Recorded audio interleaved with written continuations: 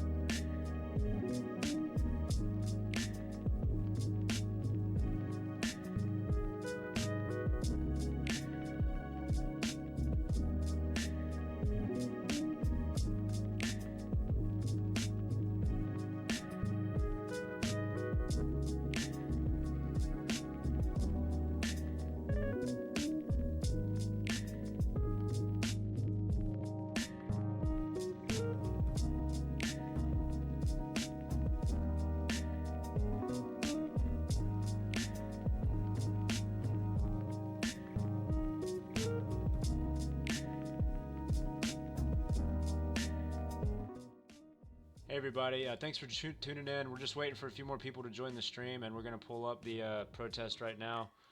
Go ahead and pull that up so you guys can check it out. I'll cut the music off, but thanks for joining in. I'm Guy Taking a Dump. I'm your host. I appreciate you guys. We're going to go ahead and take a look at this. Hopefully the stream hasn't changed at all. It looks like it's going back and forth. Give me 1 second.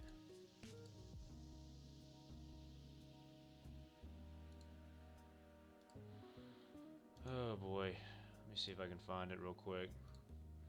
By the way, that track I was just playing is Football Head by Flamingosis. Hope you guys enjoyed it. Okay, here we go. Let's fight the right fight. Yes. Yeah, like I'll be upset if... Hell yeah, my man. Thank you. Hey, God bless, guys. Looks like this guy's pulling up live streams himself, so we'll just give it a minute, let it load. We'll be talking about this in the chat. I'll be listening out for you guys, what you have to say, what you guys think about it. So thanks for tuning in. Of course, again, I'm your host, Guy Taking a Dump. That was the track Football Head by Flamingosis. Thanks for tuning in, guys. I'm gonna be looking for other streams while we're sitting here. Um, but in the meantime, let's talk. Let's discuss. What do you guys think about this? Have you heard anything about these? Here we go. Here it is. Have you guys heard anything about these protests? From what I understand, there's been a federal court ruling that is barring the executive order that Donald Trump signed yesterday or earlier today, basically banning or barring, however you want to say it, stopping Muslims, immigrants, refugees from the 7 different countries in the Middle East, basically everywhere except for, if I'm not mistaken, from Saudi Arabia and I could probably pull up a map of it.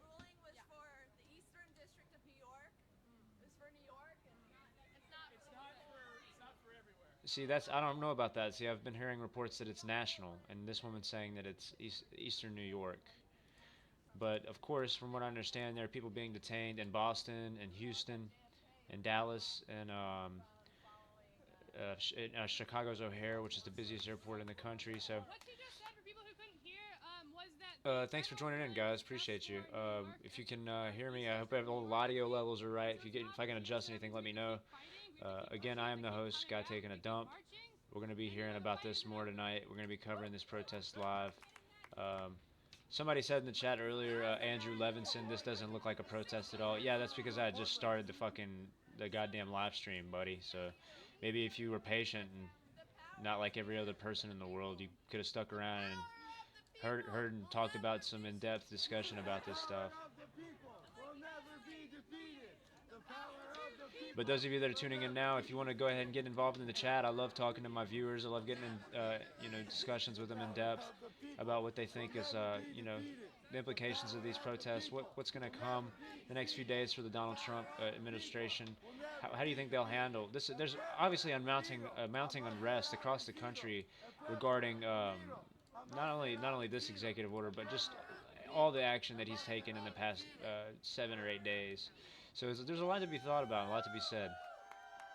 Well, thank you, Andrew. I'm glad you could stick around, man. So now we're getting to it. We're going to be talking about this, like I said, and I'm glad you pulled away from that mainstream bullshit because, I like to actually, like I said, interact with my viewers. I like to know what you guys are thinking. I want to talk to you guys. That's what this is all about. That's why I do this.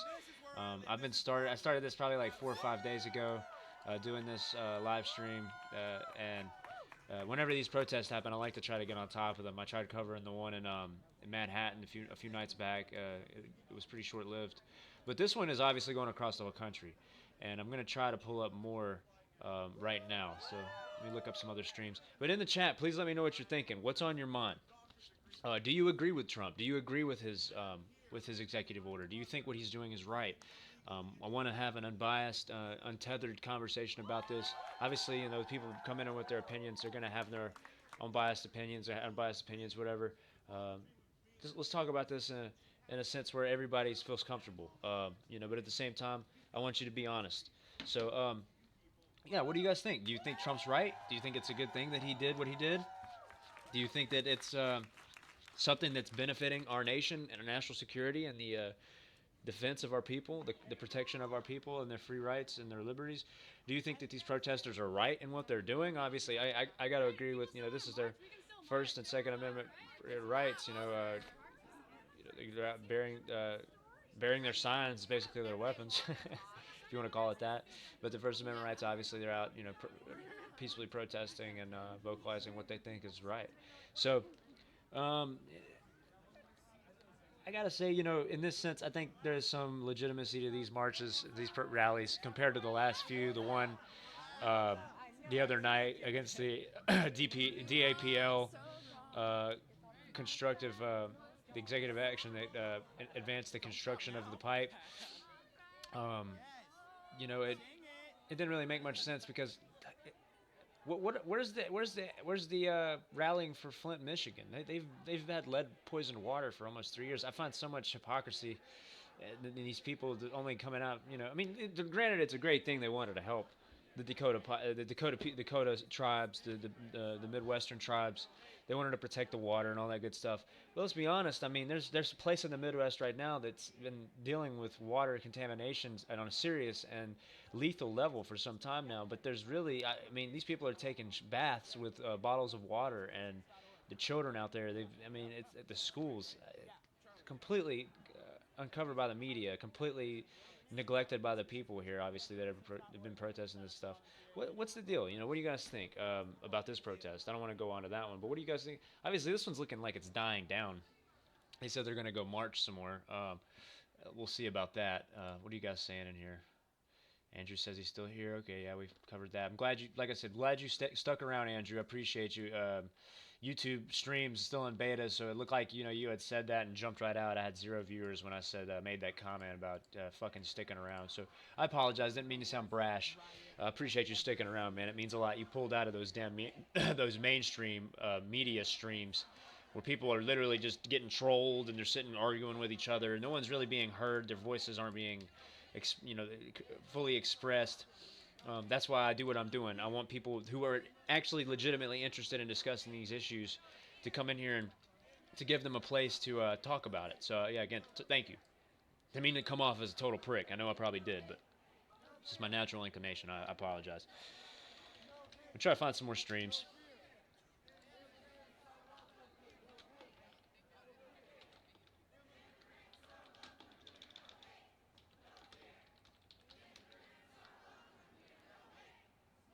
Another thing I've been noticing is here lately, a lot of these rallies have been like littering, like completely just trashing the places that they go to, throwing their signs around, just fucking leaving shit everywhere.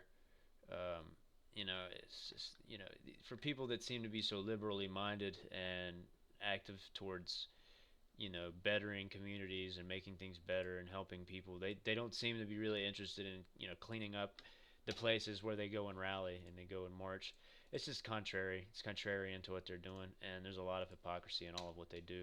But I gotta say, that I don't mean to bring up the past rallies, but this one compared to the women's march, for instance, way more legitimacy. I mean, let's be honest. What were women really marching for? I mean, their rights. I mean, it was an anti-Trump protest. Let's just be honest. I hate that they have to feel so uh, animated towards defending that it wasn't an anti-Trump protest. I mean, a lot of them did go out and say that it was an anti. They were there against Trump, but a lot of them were felt, from what I understand, watching interviews and different on the street, face-to-face talks between protesters and journalists. They were saying that they were there to protect their rights that they felt were threatened by the presidency and the administration of Donald Trump. What executive action is Donald Trump saying that he's going to take towards hindering women's rights? Other than obviously the talk of maybe, oh, fuck off, you goddamn fucking ad. Fucking I hate ads. Everybody's gonna make a buck though, right? But I know that they've talked about defunding parts of Planned Parenthood, but let's be honest, there's been a lot that Planned Parenthood in the past 2 years has been caught in some very strange things. The video of the woman discussing selling baby parts. I mean, that was there was a whole lot behind that. I think that there was they didn't dig deep enough. It was kind of just like, oh, that was just some woman. She's been fired ever since. Blah blah blah. She doesn't have a position there anymore. I wish I could remember that woman's name. But she was very nonchalant about the whole thing. The conversation she had on there is very disgusting. Albeit, that was the only thing that came out really by that, the Planned Parenthood thing.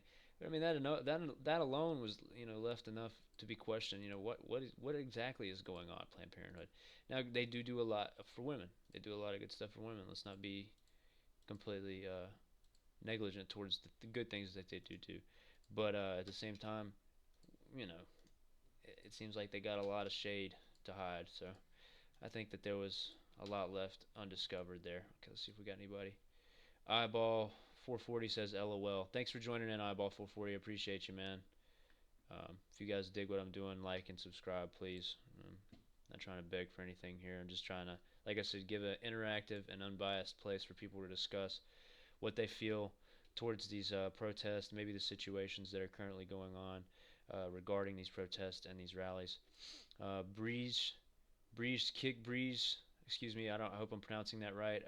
Says hi, hello, Breeze, Kick Breeze. Eyeball 440 says, when you tried to advertise your channel, yeah, this is how I advertise my channel. I don't have money to throw at a bunch of bullshit, so I do it the way I do it, and obviously it brought you in. So, um, anyways, thanks for coming by. I appreciate you. Let's see if we can find another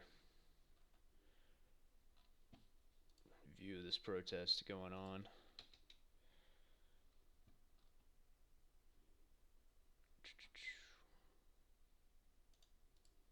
That was one we were just on.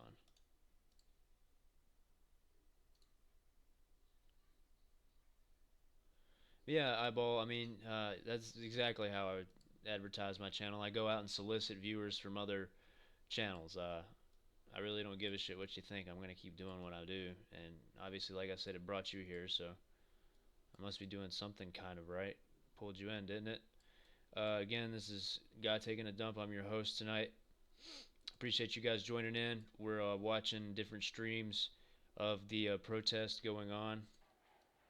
Currently, this is at JFK Airport. I've been trying to find streams of other protests in these other airports. I know that there's some going on in Boston, some down in Houston and Dallas. That came out of nowhere, didn't it? Let's see, where is this one coming from?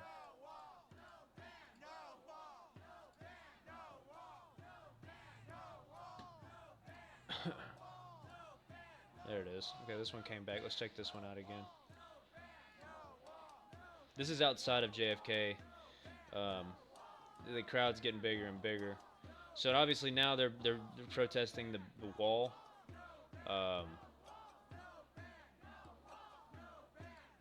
So this is turning into an all-around just anti-Trump rally yet again. But yeah, let's talk, guys. What do you guys think? Do you guys think that Trump's doing the right thing? Do you think that is this going to become even more of a full-blown issue across the country? Obviously, it's touching with it's resonating with a lot of Americans and other nations as well. Okay, I wanted to pull up that map of the 7 countries that are being affected by the executive order. Let's find out here.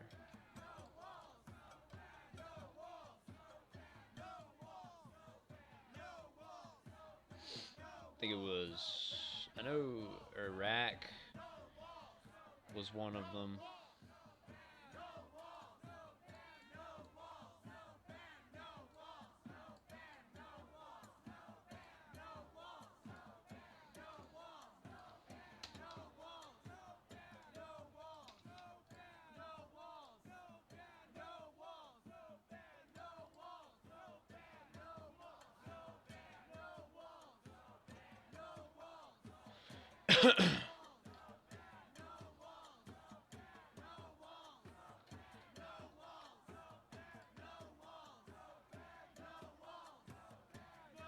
Apparently, the U.S. State Department confirmed Canadian dual citizens from within the 7 banned countries will be refused from the U.S. for the next 90 days.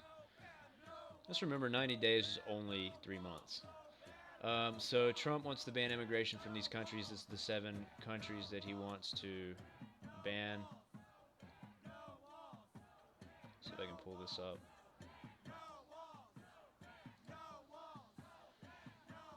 Try to pull this up real quick.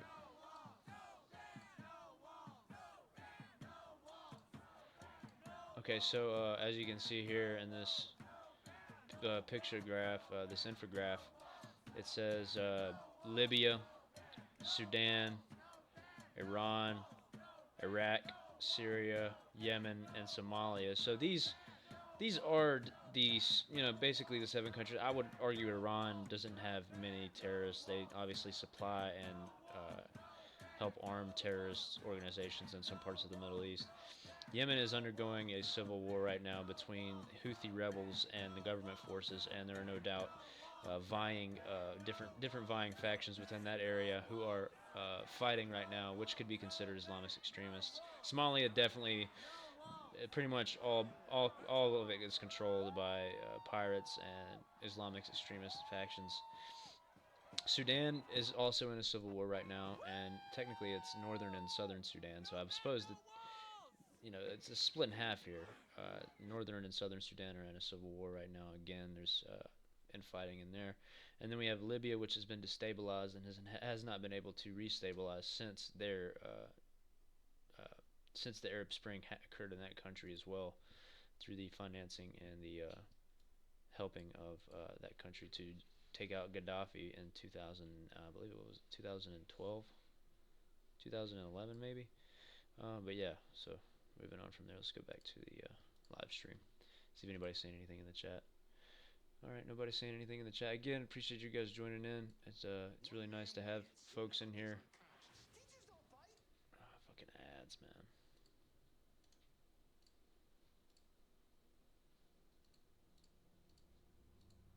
So let me pull it up. It's not really wanting to play right now.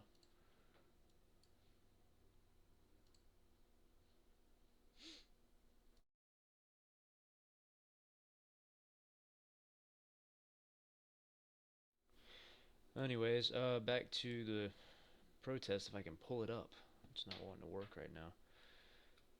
Again, guys, go ahead and get in the chat, talk to me, let me know what you guys are thinking. That's the whole reason I'm doing this. I'm not just doing this for frills and wills here. I'm doing it to communicate with my fellow man and try to see what they're thinking about this whole situation. There is a lot to be discussed, and I'd rather not just sit around and run my own mouth about it all. I'd rather talk to people about it. So nice to have you guys in here. Appreciate you guys joining, and I'm trying to find more streams right now, because there are definitely more than one. There's definitely more than one protest going on.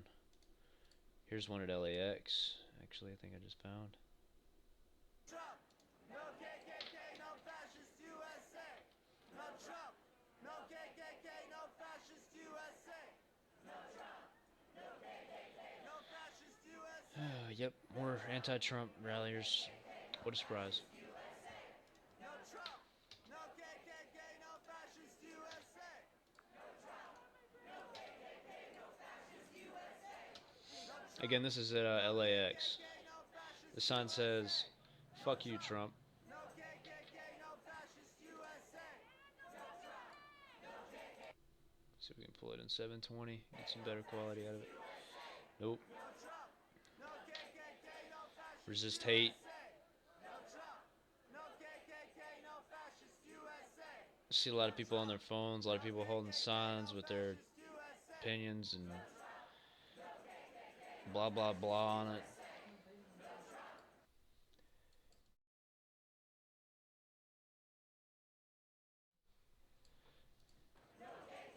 No fascist USA. Again, thanks for joining the live stream, guys. I appreciate everybody joining in. Fascist USA. No Trump, no KKK, no fascist USA. No Trump, no KKK, no fascist USA. No Trump, no KKK, no fascist USA. No Trump, no KKK, no fascist USA. No Trump, no KKK, no fascist USA. I still don't see why they're screaming this no KKK shit. I mean, not one person in his administration, nor has Trump, been shown or proven. There's no evidence that's been shown to light that he supports or has anything to do with the KKK. The only thing I think that can be said is that quote by that blown out of proportion quote by Jim Sessions, where he said he liked the KKK until he found out they smoked pot. So it's about the only thing I can think of. If I don't know what I'm talking about, please enlighten me. I'd like to know what you guys think.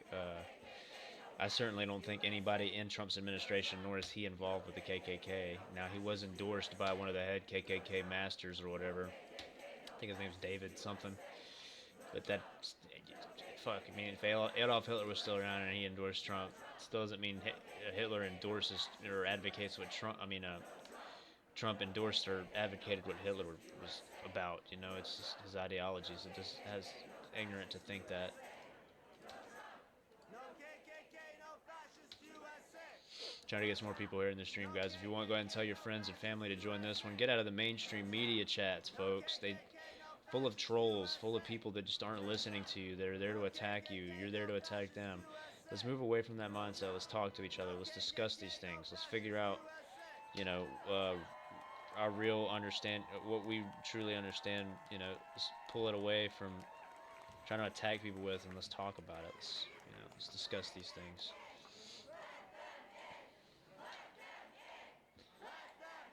Yeah, let them in, let them in. Look at what's happened to Germany and France. That's exactly what they did, especially Germany. And they've had more terrorist attacks in the past 2 years there than they've had in the past 20 years.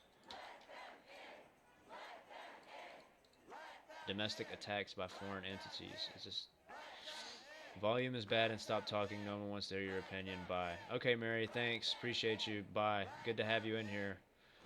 Go listen to the mouthpieces and the paid actors for the mainstream media. I guess that's why you're going there, to hear people like them talk. If the volume's bad, thanks for telling me. Turn it up. Fix it.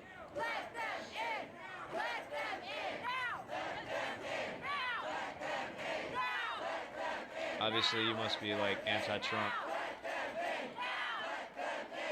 That's why I'm here. I'm trying to discuss. I want to have, these topics discussed between people civilly. That kind of attitude is why we are here where we are now. That's why Trump won. I mean, you must honestly believe that Russia probably was intervening in the election as well. I forgot they had like diplomats over here and stuff, like pushing Trump everywhere they went.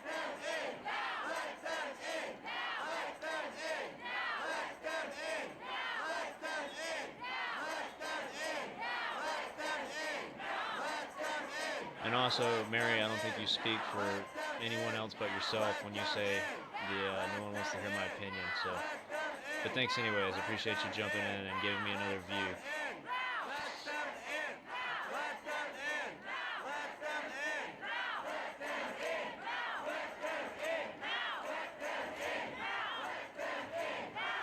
I mean, don't these people want honest and educated reformation? Of course, immigration needs to be reformed. It's not going to happen if you don't give somebody a chance to do it right. I mean, I'm not saying Trump's trying to do it right, but obviously he's actually trying. I mean, now barring people come here from a country that has been completely war-torn for nearly a decade now, yeah, there's some sense to that. Sorry if you don't like my opinion, but too bad. Deal with it. I'm going to sit here and talk it all I want. You can just scoot your happy ass on along. Go back to your CNN or your Fox News stream where I pulled you from.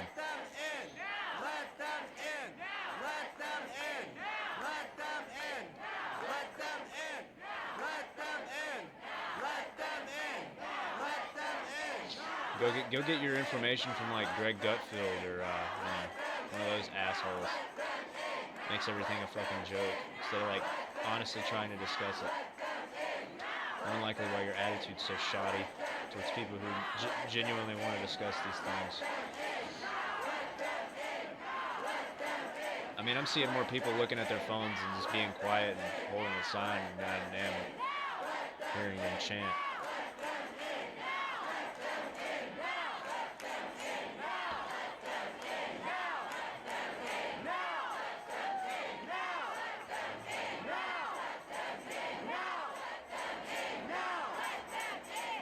What kind of name is Mary Corny anyways? Sounds like a bad dish at a fucking 2-bit Main Street restaurant.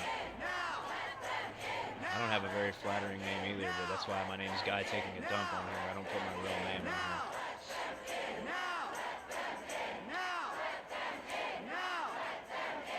Let's go back and check out JFK. See what's going on.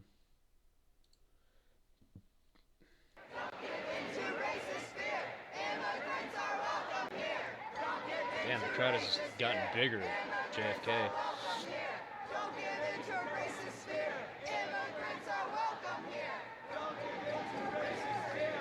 Yeah, immigrants are welcome here. I mean, obviously, but it needs to be done legally. And A lot of them that are coming from the Middle East do come here legally, but Welcome here. Don't you get racist here. it's Immigrants just are welcome ridiculous. here. My truck. Guess that was I love you.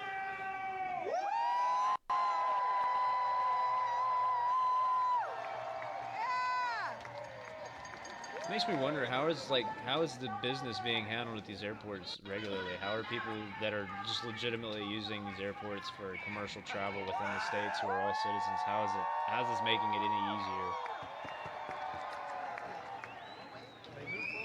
I'm all for peaceful protests and getting their voices heard and out there and discussing these things, but how the hell are they supposed to conduct proper travel? Their proper travel measures to get people to and from the airports. I mean, this just doesn't make much sense to me.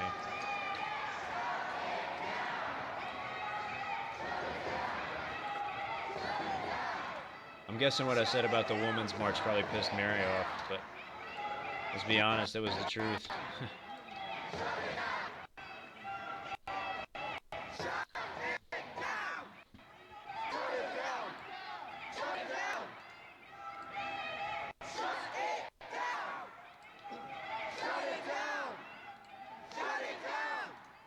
I wish I could hear what that person in the background was saying. All I hear is shut it down.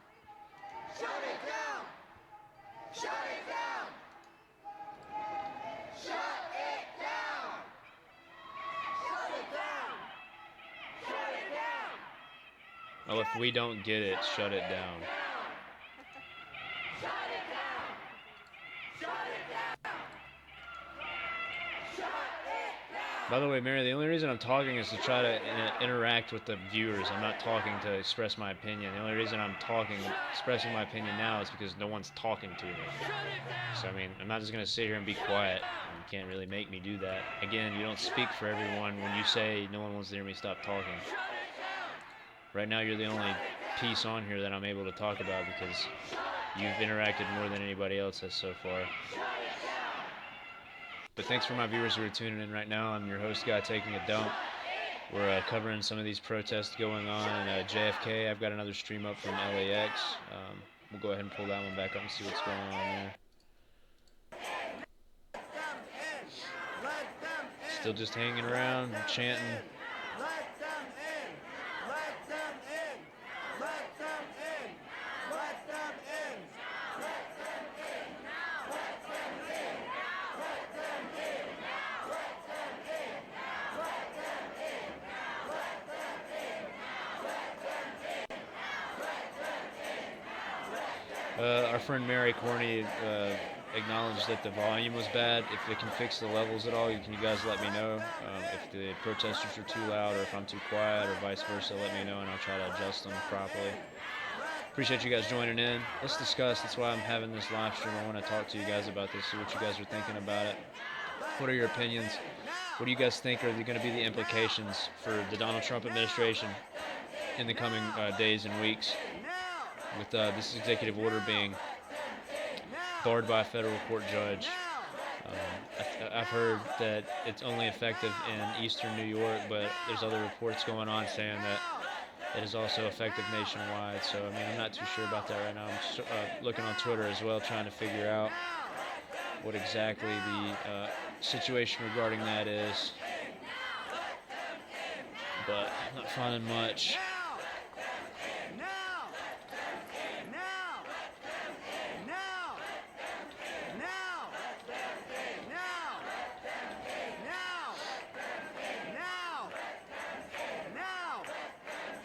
How the hell do you get a flight out of there? That's what I'm saying, Janice Black. Janice Black just asked, how the hell do you get a flight out of there?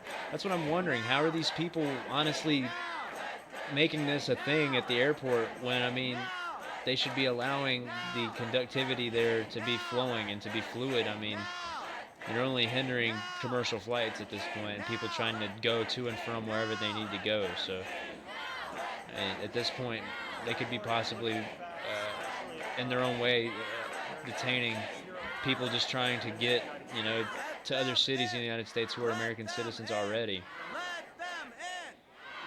See, this is the effect, in my opinion, of what the New World Order has brainwashed people into believing that everyone in the world deserves American values and rights. And to some extent, yeah, people do deserve to be free. People deserve to have the rights. But if they're not American citizens, then there's no way legally for them to have these rights. This is that socialist liberal mindset for you folks. Thanks for joining, Janice Black. I appreciate your input and glad you could make it in. If you have anything else you want to share, let me know. I'm interacting with my chat. That's what this is for. Most people in these other mainstream media chats, the mainstream media is not even properly covering this right now. So, and then all the other streams on YouTube, there's so many people gang banged up in them. You can't even really share your opinion and be heard and actually conversate with people about it. So that's why I'm doing what I'm doing. Uh, Whether you like what I'm saying or not, this is for something greater than what I believe. So let's discuss what you guys are thinking. This is what this is about. Let's see here. Federal court halts Trump's immigration ban. Mother Jones. I don't like Mother Jones. Very left-leaning. I don't know about the Hill, really.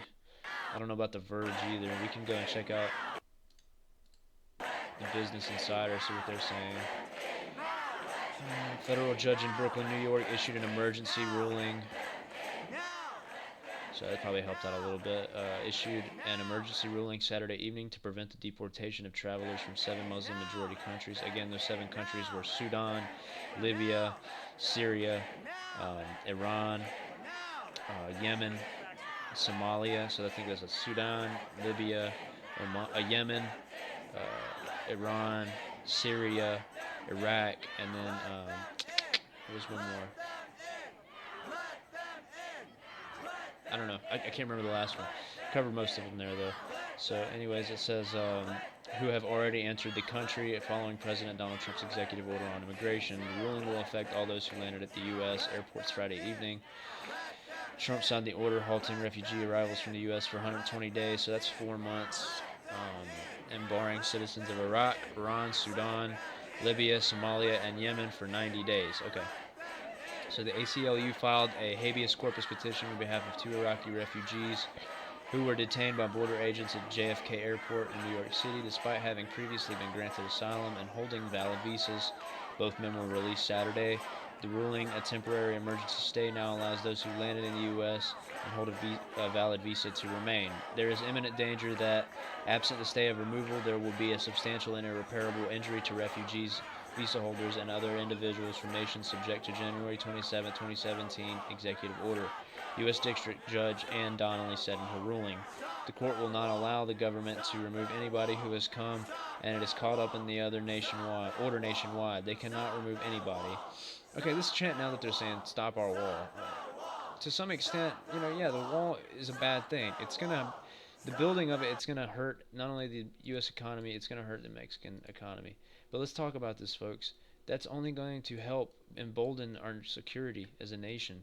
There are tons of drugs and guns flowing through the border right now, not only through the traffic points and the actual legitimate points held by the CBP, but plenty of places along the Rio Grande where the Mexican cartels are utilizing fast boats and different means of human trafficking and what they call muling to move their drugs across the border. We have a drug epidemic here in this country. Thousands and thousands of people die a month from drug abuse and overdose. Why do we not want to try to hinder this trade to some extent? Now, I could go on with my opinion, but there's already been somebody here who expressed that no one wants to hear my opinion, so I'll try to refrain from doing that just to hurt your sensitive sensibilities. But to be frank with you all, I don't see how building a wall is really going to hurt anything, honestly. If it creates American jobs, then that's one benefit there. Now, are the people that are legitimately trying to get over the border and better their lives as Mexican immigrants? Yeah, of course. But, I mean, I know plenty of Mexicans who came here legally, and I know Mexicans here who weren't born here that are part of the Dreamer Act. And am I worried about them? Yeah, to some extent. But not once has Trump or his administration voiced or expressed any sort of advocacy to move towards removing the Dreamer Act. So I really don't see what the big deal is. Okay. See, like, this is for instance on this one stream right here. Let's look what this person's been saying. You libtards do not know how to vote. You now cry yourself to sleep. I mean, look how this guy's talking to his viewers. Now, did I condescend and kind of bash Mary Corney? Yeah, I did. But you know what? I did it in a way that was respectful to her as a person. I may have made fun of her name, but I'm not going to sit here and call her a libtard or tell her that she's completely wrong. But I also did say she probably thinks Russia was involved in the election and intervening in the election. Just by the way she was speaking, though, I can only assume that that's more than likely what she believes. But I could be totally wrong, and I reserve my right to be right or wrong on that. I'm not going to sit here and bash you folks. I appreciate you joining my stream. I appreciate you guys getting involved. And this is the whole reason I do this. I want to interact with my viewers. But yeah, again, what Janice Black said, how the hell are the people getting flights in and out of these airports? You know, what the hell? How's this working? Does it make any sense? Does it make a damn lick of sense, folks?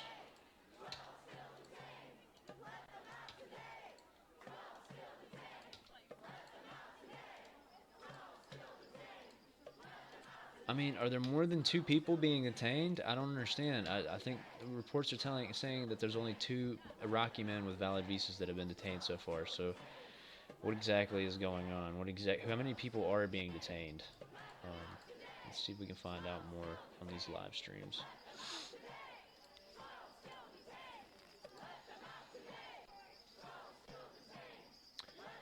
Let's see, we've got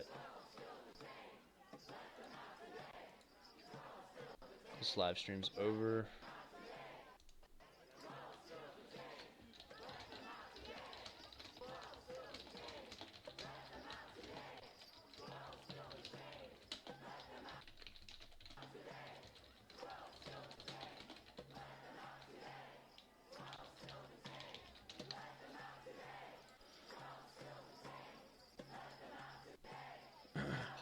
Trying to get some people in here too. Let's see here.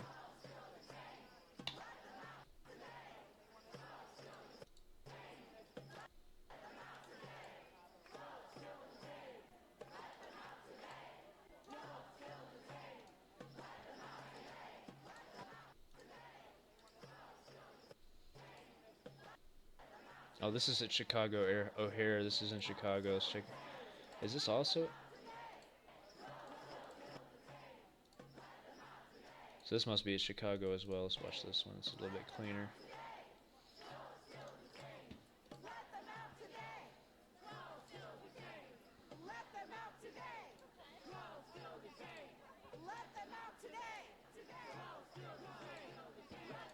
I gotta say too, it's you know, are these children really like super politically inclined to you know, having their opinions heard at these Trump rallies, or is it just their parents shoving them into these situations? I gotta say, I don't think it's right. Don't think it's right. But let me know what you think. Let's see what you guys think, right? That's what this is all about. I want to hear your opinions, guys. Talk to me in the chat. I'll respond to whatever you're saying.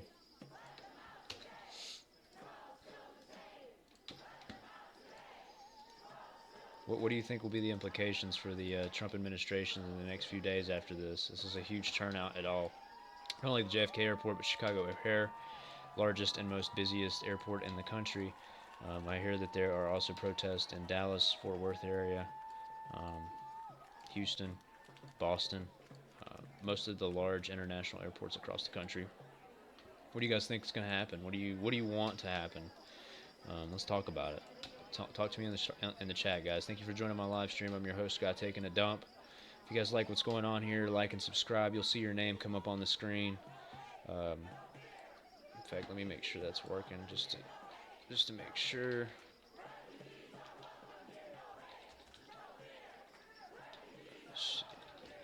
Give a test run on my little widget here, see if it's working.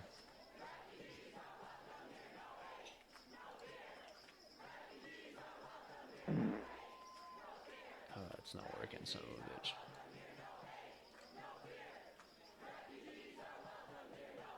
Huh. Son of a bitch.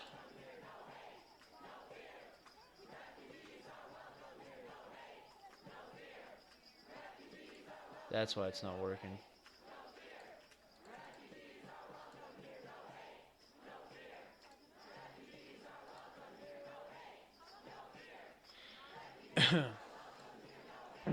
Yeah, it's working. So your name will come up like that. One of my followers, Ooga Booga, that was who followed last. That was my last follower. Just trying to test it out, see if it's working. Appreciate you guys joining in my stream. If you like and subscribe, if you subscribe to my channel, your name will pop up on the screen. Um, so just to let you guys know, that's how interactive I like being. I want you guys to know that I care when you subscribe and when you get involved, and when you chat. I try to discuss it with you. I like to get involved. I like to discuss these situations with people around the world. It's interesting to me, not because I'm trying to argue with anyone if their opinions are different, but it's good to get differing opinions and different perspectives on these situations. It helps us to learn. It helps us to get used to discussing these topics with each other without feeling like we have to get heated and debate it or argue it. I mean, nothing wrong with debating, don't get me wrong. Absolutely fine to debate things, especially on these topics and subject matters. But when we are more apt to jump to arguing and just disseminating overall negativity towards somebody else who may have a differing opinion to us, this is kind of why the situation has led to where it is. That's why we are now under a Trump administration. That is why we had such a convoluted and disparaging election season where none of us really felt like we had two people representing the parties who truly represented us as a nation or as people, as individuals. So let's talk about these things. Lex Luthor says 310, I'm out. Yeah, cool. Appreciate the rating there, guy. Lex Luthor. Maybe you'll come back another time when we're actually discussing different things and you'll enjoy it then. But I appreciate you. Have a good one, mate. Go back, to mainstream media because that's where I probably pulled you from. I'm guaranteeing you didn't search up my feed and pull it up on your own. Go back to your little mainstream media bullshit and get your information spoon-fed to you like a child. Anyways, thanks for everybody else joining in. Appreciate you guys tuning in to the live feed here. We're gonna go ahead and see what's going on in other. See, this one I think is in Chicago O'Hare. Let's see what this woman is saying. So many people who have come here, have lived peacefully, and have contributed to this country. Thanks to those of you who are just joining in. My name is Guy Taking a Dump. I'm your host. Not American. We're covering the protest currently spanning across the country right now. We've got live streams in LAX, JFK, and Chicago O'Hare. This kind of stuff is inevitable with this administration. Do you have a message of hope for them? I think this is the first signal that we have to do something. We have to stand truly united against these terrible kinds of actions. Okay. Thank you, Judy. She wouldn't give me any information and send me to congressional affairs.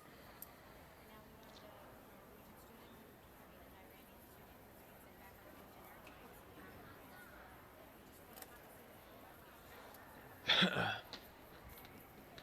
Thanks everybody joining in the live stream.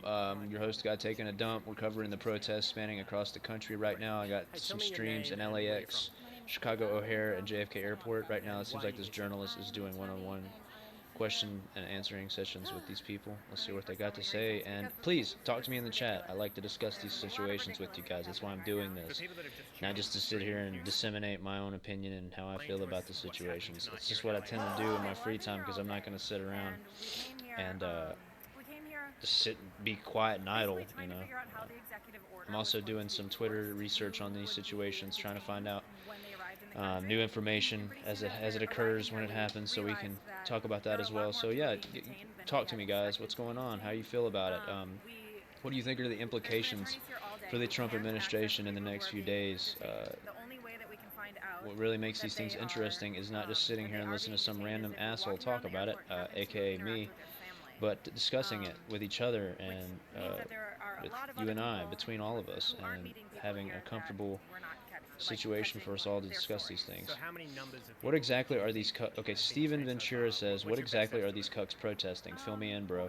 Well, from what I understand right now, Steven, yesterday, or I think it was earlier today, I apologize for being kind of wrong there, I believe it was earlier today, Trump signed an executive order barring immigrants with valid visas to coming into the country for the next 90 days from 7 different countries in the Middle East, and these countries involved that are involved in the executive order are Libya, Sudan, Somalia, Iran.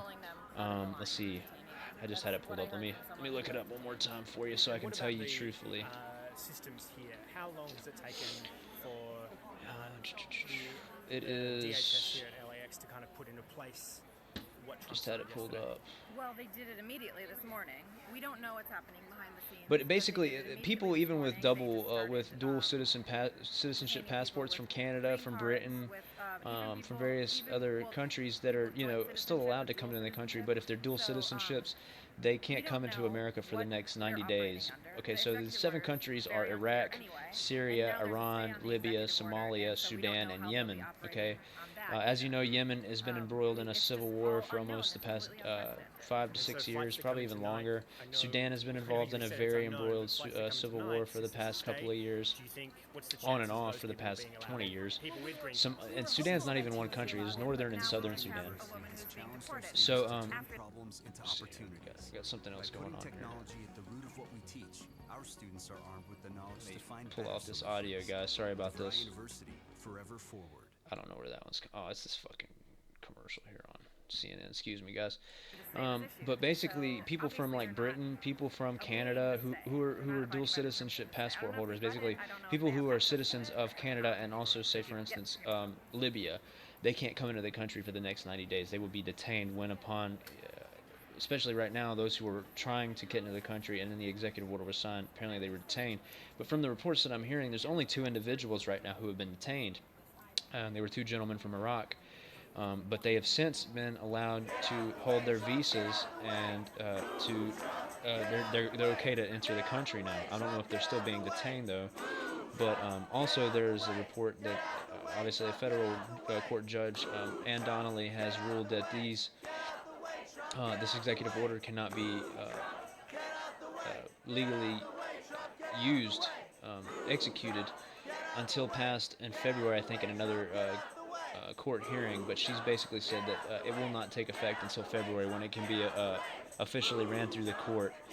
And until then, it's not going to take effect. So people should still be able to enter the country. Dual citizenship passport holders, valid visa holders from those 7 countries, which again is Iraq, Syria, Iran, Libya, Somalia, Sudan, and Yemen.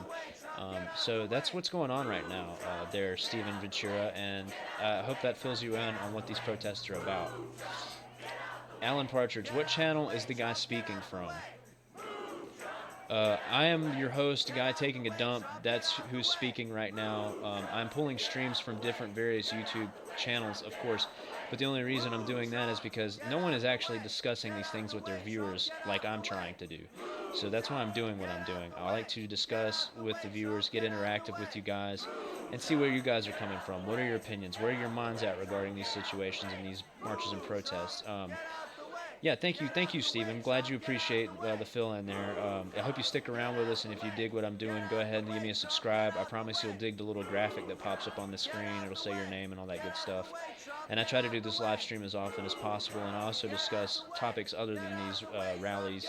And frankly, let's call them what they are: anti-Trump protests. This is not just mainly about the executive order that Trump enacted yesterday. Alan Partridge says, you sound like a newsreader. Well, thank you so much. I appreciate that, Alan. It means a lot. It's flattering. I feel like instead of watching live streams of the mainstream media or the other live streamers like the ones I'm pulling up right now, where they're not interacting with the viewer base, they're not talking to you, they're not asking you what you think, where you're coming from, what's your opinion, what's the use of watching it? You're going to sit there and either talk to people that aren't even really reading into what you're saying and haphazardly respond to you and kind of a contorted and aggressive demeanor. I've had some people in here tonight who have kind of been that way to me, but that's because they're not used to this sort of thing, I think. So I think that's what I'm trying to do here. I'm trying to develop a channel where people can come and feel comfortable discussing their opinions without feeling like they need to attack somebody or like they're being attacked. Unless, of course, one of those people attacks me, like old Mary Corney earlier, saying that no one wants to hear my opinion. Again, to her, good riddance. But thanks to those who are sticking in and tuning in now. Again, I'm your host, Guy Taking a Dump. This channel right now, I'm pulling up different live streams from the protests. We've got live streams in LAX. I think this one right now is actually, this is at LAX right now. Let's go ahead and check out the other ones. Let's see here. This is Chicago O'Hare. Let's see what this one's about. More anti-Trump chants.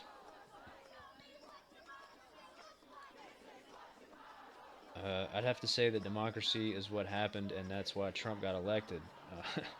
I mean, sure, like maybe like 43% of the country or something like that is all that voted, but come on. I mean, there are more people out there probably that are chanting and rallying against Trump right now that didn't vote because Bernie didn't get the nominee position, the recognition of Democratic nominee at the DNC. You know, it was obviously rigged towards Hillary. They're so mad about him losing that, and because I mean, let's be honest. If Bernie had won the nomination at the DNC, he would be the president right now of the United States of America, and the DNC could not have that. They wanted Hillary. They needed Hillary to be president, and obviously she failed completely. Alan Partridge asks, "What's your opinion? Should the wall be built?" Alan, it's a tough question for me specifically because as a U.S. citizen, not only am I a white male on the outside, but on the inside I'm actually half Hispanic. I have immediate family member. My heritage comes from Mexico, so it's a very touchy subject for me. Immigration has for a long time been so underdeveloped and neglected that I think it is time that somebody gave effort and put some actual intuitivity towards what they think towards changing and reforming immigration. Now, are there immigrants that are coming here that are criminals? Yes. Are there immigrants that are coming here that are being deported multiple times with criminal backgrounds because it is not legal for U.S. justice courts to actually handle these criminals? Yes. Is it easier for these criminals to go ahead and go to prison in Mexico, come out, and then come back to America and say, do whatever they want? Maybe they do come here and want to change their lives and better their lives. There's nothing wrong with that. But there needs to be a reformed immigration system and policy set up to where these people are vetted. And these situations like the one in San Francisco in the sanctuary city where that young woman was, I believe she was raped and murdered. Can't remember her name right now. She's like the main case that the Fox and all the other mainstream media sources bring up whenever they want to argue their opinion on this point. But do I think the wall should be built? I do think. I mean, let's be honest. There's already a wall that's built. There's already been a wall on the border for a long time. Now, is it an effective wall? For the most part, no. As we know, the cartel digs tunnels. They use a lot of tunnels. They use fast boats and human trafficking and muling across the Rio Grande. And is it really easy to build a wall on a river? No. There's all sorts of environmental factors that go into play there in that sort of situation. So, do I think there needs to be a wall built? I think so. I think that there does need to be a better wall built. I think that there needs to be a stronger border protection in place in America. Do I think that is that going to help the situation with the relations between Mexicans and Hispanics coming into the country via Mexico? Because the Mexican border is not only a place for Mexicans to cross. Let's be honest, it's also a place for Southern Americans to cross. People from Panama, from El Salvador, Nicaragua, from all of those countries to come into this country, and I got to be honest with you. The only reason I really say that is because not only do we have a drug epidemic here in America, not only do we have a crime epidemic here in America, and I'm not saying that it's directly correlating with immigration and illegal immigrants, because most of the immigrants that I've met in my life and where I live in rural North Carolina, they're good people. They're good, hardworking, honest, God-fearing people. They don't mean anyone any harm. Now, does that mean that the immigrants that flock to inner cities and stuff, those that may be gang-related, those that may be cartel-affiliated, does that mean that they are good people? No, absolutely not. And, unfortunately, a lot of them are, in those inner cities, they may be criminals. I think it's just a matter of like I said, reforming the system, making it better for these people, okay? Making it more fair for the people who want to come here and better their lives and actually contribute to the economy and society in a positive way. Let's see, we're going back here to the LAX feed. Seems to be the only one that's really pulling up right now. But, okay. See what Alan Partridge says. Alan Partridge, apparently lots of people and drugs come in trucks through the legal checkpoints. Yes, every day. And, I mean, there's just no way. I mean, the Mexican-American border is the most crossed international border in the world. There are more people on a day-to-day average. That's something we could look up right now, and the statistics would blow you guys' mind. There are more people crossing the Mexican-American border on a day-to-day basis than any other border in the world. Now, when you think about that compared to Europe, where there's multiple different countries with different diverse cultures and just nationalities, which you'd think there would be more going on there. No, I mean apparently, according to statistics, there are more people, body by body, human by human, illegally and legally crossing the American-Mexican border on a day-to-day basis. So, does that something that needs to be handled? Is that something that needs to be reformed? Like I said, yes, it needs to be reformed and handled in a fair and honest way. Do I think Donald Trump's going to be the person to do that? I don't know yet. He's only been president for a fucking week. I can't answer that question. But I can tell you this: he is the only president so far right now who's taking action. And now, does this have anything to do with the wall? This executive order that he enacted today? No, it doesn't. It has everything to do with the Middle East. Now, do I think that is a good thing? To a certain extent, yes. But am I going to know if it's a good thing or not? I won't. Obviously, right now for society, it's a very disparaging act, and it's very disheartening, and it's frightening people, and it makes people want to know, are these people going to be treated fairly? Are the ones that want, like I said, just like the Mexicans and the Southern Americans who want to come here and better their lives, are they going to be treated fairly? Are they going to get the chance that they deserve to become an American? Because this country is built on immigrant values, on multiculturalism. Now they're screaming Black Lives Matter. What does this have to do with anything now? See, this is what I'm saying. This is an anti-Trump protest. It has nothing to do with the particular executive order. These people would love more than anything right now for Hillary Clinton to be president. And it's just, I don't know. I digress. Alan Partridge says the heroin epidemic in North comes from Asia. Yes, Alan, it does come from Asia, but let's not forget the only reason that the United States military is still active in Afghanistan is because the main export in that country is the poppy plant, okay? The only reason we are still in Afghanistan is to export the heroin, the poppy plant, the main ingredient for Big Pharma there. And that's been proven multiple times through various media outlets and investigative reporting. So, not only does it come through Asia, but I've heard reports that it comes through various Eastern and Western European countries who we are allied with. And either way, I gotta say, I'm sure that the cartels in Mexico have their hand in that trade as well. Otherwise, they wouldn't be pulling in some of the most record amounts of black market money in the world. Stephen Ventura, what the fuck does BLM have to do with it? I agree. What does BLM have to do with that? It makes me think that perhaps a lot of these people, who knows, this is just my own speculation, these people may be paid shills. It's been proven that George Soros funnels thousands and thousands up to millions of dollars through super PACs to pay for Black Lives Matter's tourism to different states to actually hold these rallies and these protests. And I can only imagine, after investing $1 billion estimated value of donations from George Soros' foundations to Hillary Clinton to get her elected, he's ready more than ever to try to dismantle and destabilize the presidency of Donald Trump. Does that mean I support Trump or I voted for him? No, I did not vote for Donald Trump. I did not vote for Hillary Clinton. Am I one of those people that didn't go out and vote? Should I be even sharing my opinion? Probably not, but I'm going to do it anyways because it's my American God-given right, so not a whole lot anybody can do about that.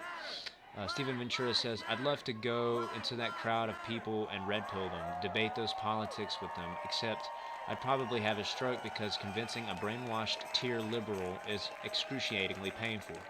Stephen Ventura also says, without a doubt, there's paid shills organizing it and leading the chants. That's simply how these things happen. Yeah, I mean, I gotta be honest with you, I think that's how a lot of these things get organized at such a last-minute win.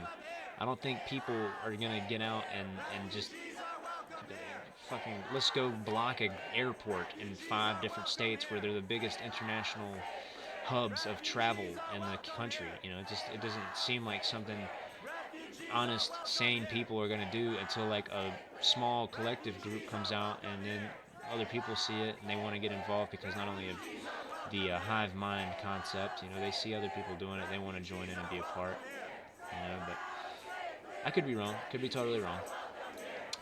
But back to what you said about wanting to go and debate them and red pill them. You know, I agree to a certain extent. There's a lot these people should know about, and there's probably that they don't regard as truth, and they probably herald as fake news. I'm just glad you folks decided to come in here and become a part of a interactive conversation about this stuff, because that's the only way that we can actually discuss these topics without, like I said, feeling like we have to be aggressive towards one another. Feel like we have to haphazardly respond to one another with a side dosage of hate or negativity with our opinions to try to, you know, disseminate our ideas to each other. We should be able to civilly discuss these things. Now, is it okay for these people to be protesting? Absolutely. Like I said, it's part of their First Amendment rights. Totally, completely, honestly American. Now, is it for the right reasons? I don't know. I really don't know. Like I said, I won't know. Who knows, though? You know, 9/11 did happen. 9/11 did happen. Has there been a domestic terrorist attack since? Yes, there have been. Are they shrouded in mystery? Are they shrouded in just shade? Yes. A lot of these cases, like the San Bernardino shooting, FBI was involved before it happened. They were investigating the individual. The situation with the shooter from Alaska that went to Fort Lauderdale. The FBI openly admitted that he had been at the FBI headquarters in Anchorage, Alaska, and spoke to them about the possibility, or from his words, that I'm quoting this, you know, and the FBI quoting this. They said that he had felt like the CIA had been brainwashing him into watching ISIS videos. They took away his firearm from him. He was a former military he was a former military official who was a veteran, and he was involved with the military. He had served a tour of duty or two overseas.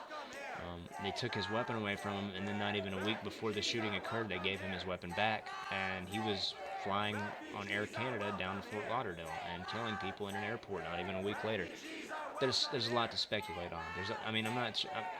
I'm not trying to say there's a conspiracy involving federal institutions behind these terrorist attacks, but under the Obama administration, were there domestic terrorist attacks because of the allowing of not only American citizens who had spent time overseas in these countries, but also people like the San Bernardino shooter who were, I believe they weren't American citizens. I think that they were, they achieved their citizenship, but they were not natural-born citizens. So in that case, I think they're dual citizens. They have a passport from one country that they're originally born from, and then they have their achieved citizenship here as well. Stevens Ventura says, yes, freedom of speech, sure, yes, and God bless it. Alan Partridge says, is it not hypocritical of Trump to ban Iran Shia, but not Saudi and Pakistan Sunnis proven to sponsor terrorism? Absolutely, Alan. It is completely hypocritical of him, and that's why I speculate. Is Trump doing the right thing? I don't know yet. I believe the reason why he would not ever block Saudi citizens from coming into this country is because, let's be honest, who rules OPEC? Saudi Arabia. Saudi Arabia controls more oil that's funneled through the OPEC organization, which is the Oil Petroleum Energy Council, I believe is what that stands for. I'll look that up real quick to make sure that my information's right. But OPEC, there's more oil funneled through OPEC by Saudi Arabia than any country in the world, okay? And let's see, the Organization of Petroleum Exporting Countries. Sorry, I was wrong. Again, OPEC stands for Organization of Petroleum Exporting Countries. Now, OPEC is basically the conglomerate, let's be honest, a cartel of different nations that make up this organization, cartel, that sees and oversees the sale and the distribution of oil across the known world, okay? And these countries involve, and I quote, created at the Baghdad Conference on September 10th, 14th, through September 10th through the 14th, 1960. Okay, and listen to this. Iran, these are the hosting countries who helped organize OPEC. Iran, Iraq, Kuwait, Saudi Arabia, and Venezuela. Now, out of those two first countries, which one has been destabilized completely and their democratically elected official been taken out of power, and since then have not had a legitimate democratic government since? Iraq, okay? Iraq, along with Saudi Arabia, was one of the two leading countries with oil reserves at the time, Iraq being, I think, second. Venezuela comes close third. Saudi Arabia is first, though. They own more oil reserves in the world than any other country, and they process more oil than any other country in the known first world, okay? So that is why they won't ban Saudi Arabian citizens from coming into this country. If they did that, then you're going to see oil prices fluctuate at such a rate, it would make every U.S. citizen's head spin and would inadvertently change the global oil market to the point to where not only American citizens would be frantically freaking the fuck out, but you'd also have people in Britain, people in all over the world, probably everywhere except for maybe Israel. Alan Partridge says Iranian citizens are generally more liberal than other Islamic countries. Yeah, I agree. It's proven, and if you look at their history before the destabilization in the early 1970s of Iran, they were one of the most democratically motivated countries in the world. Okay, and Alan said another message here, and it says image redacted. I don't know why it did that. I think it might be my settings on the chat. So let me pull this live stream back up so you guys can watch this, and we're gonna talk some more. I'm gonna try to fix it to where you guys can actually talk. Again, I appreciate you guys joining in, and I appreciate you guys discussing this all with me. It makes it fun for me. It makes it interesting. If you guys are enjoying this, please subscribe. You won't regret it. I do this often, and I love hosting topics that are interesting to you and other people. Alan Partridge says, it was me, it was irrelevant. Okay, well, in that case, I'm glad, because I want everything, if you want it to be said, I want it to be said. I don't want my spam or whatever to be blocking your messages, so, okay, it's fine. But would you agree, yeah, that maybe Donald Trump is not barring Saudi Arabian citizens, which obviously that country has more human rights violations than any other country on record involved in the UN. Not only do... Thank you, Alan. Much obliged, homie. Much obliged. Much love, dude. Really appreciate it. Hope you like the graphic and the noise. You're a loyal dumper now. You got me to 15 subscribers. Makes me proud. Pull up this live stream. But yeah, would you agree that he's not allowing people from Saudi Arabia to be barred because he doesn't want oil prices to fluctuate? He wants to keep that relationship stabilized. Excuse me. Obviously, there's more at stake with Saudi Arabia because not only are they militarily independent, and not only that, they're economically independent.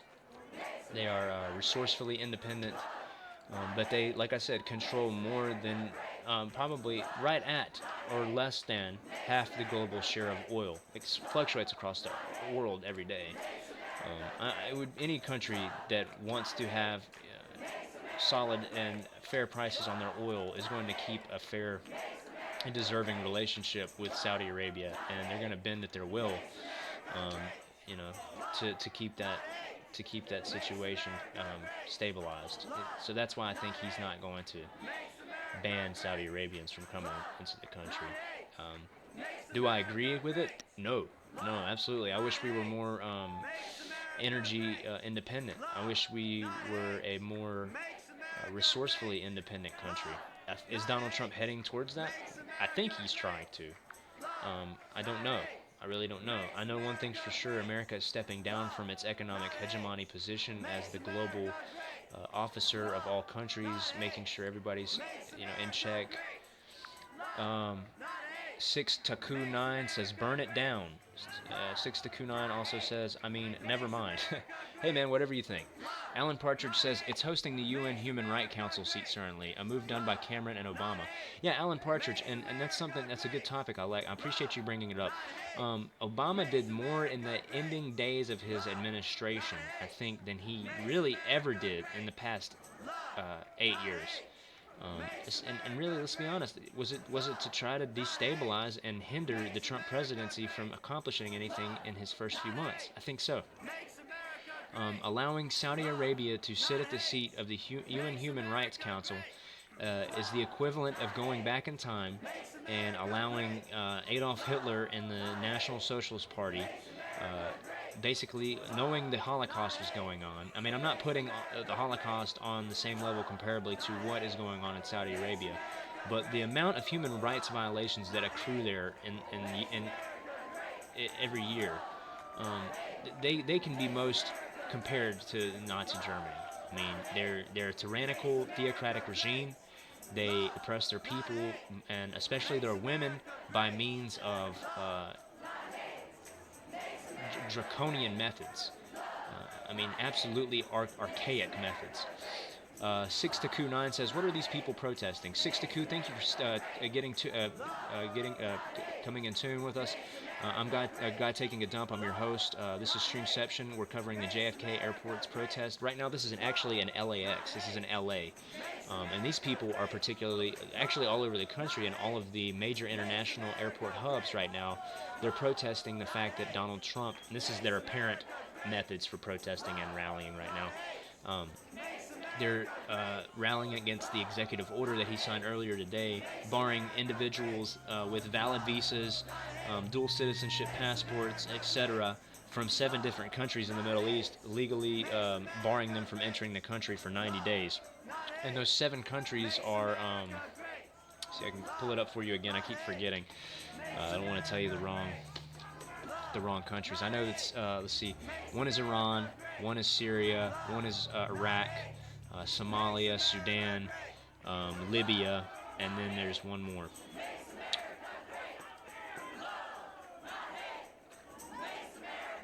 Syria, Iraq, Iran, Libya, Somalia, Sudan, and Yemen. And out of all those countries, basically all of them are experiencing civil wars that are being particularly driven, except for maybe South Sudan, by religious extremism, particular Islamist extremism. Sudan is definitely an Islamic country, mainly Muslim country, but they are mainly seeing a national civil war, a separation between, based on religious values, of course, mainly tribal religious values as well. I think tribalism is really the leading religion there in Sudan, but Sudan's not even one country. It's North and South Sudan, so I don't know why they refer to it as Sudan. They've been in war for quite some time, almost 20 years now.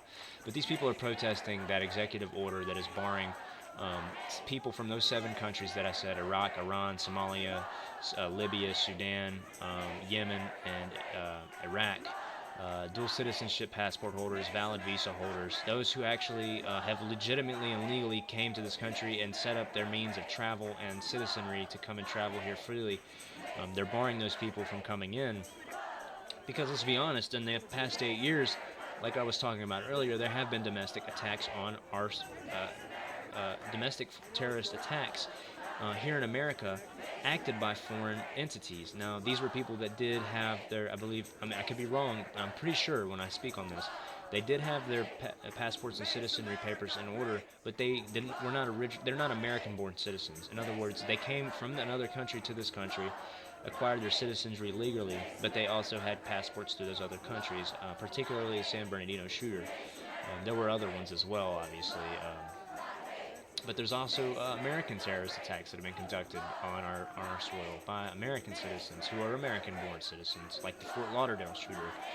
But he did spend time overseas as a military, as a soldier. So these are things that need to be discussed. 6 says, "I need to invest in a sign company, seriously." Yeah, think about all these paper and sign businesses that are seeing an influx of cash right now. Hey, but that's good for American economics. As long as these companies are based in America, there's nothing wrong with protesting and rallying. What these people are doing, completely within their own civil liberties and their First Amendment rights. Now, do I agree with it? Not very much. That's just my own personal biased opinion. Stephen Ventura says there is deaf potential in the sign industry. Stephen Ventura says, "You and me, Taku." Hey, count me in, guys. Let's do it together. Alan Partridge says, "No, civil unrest in Iran. It's a stable dictatorship." Again, why I think it's hypocritical of him. No, I'm not saying that there's civil unrest there currently, Alan. What I was talking about before. Oh yeah, you're talking about because of barring people from Iran. The reason why he's doing that, obviously, is probably because the sentiment towards the country and Obama allowing the nuclear deal, and then also the way they've been reacting to some of our vessels in the Strait of Hormuz, and the various other sea areas around Iran. It's probably more so just kind of like what happened with Obama and Russia at the end of his administration, where he enacted sanctions on them. It's kind of just like a push-pull relationship. He's trying to say, look, we're not going to let your people come in this country, your students, your scientists, your people who are coming here to do business dealings. We're not going to allow that. It's almost like kind of a sanction, if you ask me. Yeah, there is no civil unrest in Iran. It is a stable dictatorship. It is a theocratic dictatorship. But I would argue that there are probably people there that kind of wish that it was like it was before the 70s there. They were a democratic nation at one time with a lot of Western values. Stephen Ventura says other 6 countries, though. Yeah, other 6 countries, no doubt about it. Iraq, completely destabilized ever since the military intervention from the George W. Bush administration and the Joint Task Force. Britain, Germany, France. Obviously Syria, completely embroiled, and not what I would call a civil war, but basically I would call it a total mudfuck is what I would call Syria. There's just so many different factions that are vying for their own agendas and independent values there that you can't even really call that a civil war. And from what the reports are saying, not only by UN-led investigative entities, but also various other unsolicited entities that are not involved with the UN, they're saying and they're giving out information that is backed by evidence that there is no civil war legitimately in Syria. It is the pro-government and Assad forces, because the people of Syria have voted Assad into power again and again. They see it as a foreign-led invasion on their own territory by, like I said, all these vying factions, ISIS, Jabhat al-Nusra. We actually talked about this in one of my previous videos a little bit. If you look on my videos on my channel, I talked about this a few nights ago. Streamception, it's like Donald Trump, South China Sea, and then it said Syria peace deal. If you check out that video, I talk a little bit about it there. You can look at that. And then, the other 4 countries, Somalia, completely been ruled and owned by what I guess I would call pirate anarchists, religious demagogues. Somalia. Sudan has been completely embroiled in that's the legitimate civil war is what's going on in Sudan. You have 2 different government entities that do not agree on their tribal ideologies and their religious ideologies. I believe the northern half is more Muslim and the southern half is more tribalistic in their religious nature. Okay, and then we see Eric W. joining the live stream. Hey, Eric W., I'm Guy Taking a Dump. I appreciate you joining the live stream and getting involved with the chat. We're going to be discussing what you're talking about here. Again, I'm Guy Taking a Dump. I appreciate you joining in. Eric W. says, Iran on the list is for future nuclear negotiations. Absolutely, Eric. That's what I was getting at. The reason that they're on the list is basically like a type of sanction. Eric W., the fact Saudi and Egypt aren't on it tells you the list is pretty much BS. Absolutely. Egypt, ever since undergoing dictatorship, I mean, it's a kind of a democratically elected dictatorship. He kind of did take power militarily, Morsi did, but I do believe that the people there are kind of reluctantly and okay with him being leader, and they definitely do have connections with not only individuals and extremist Islamist organizations, but other organizations as well who have anti-Western sentiment. 6 to coup 9. The truth is that there is pretty much no way to know might become a terrorist before or after they enter the United States. Absolutely. And like I was saying earlier, there's just so much speculation surrounding all of the previous domestic U.S. terrorist attacks that have occurred under the Obama administration. For instance, the San Bernardino shooting. How were those people allowed to get away with what they did when the FBI openly admits that they were being investigated heavily before the attack happened? It doesn't make sense to me. Same for the Fort Lauderdale shooting.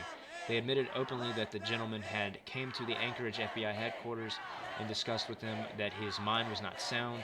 He thought that the CIA was brainwashing him into watching ISIS videos, into becoming an ISIS sympathizer.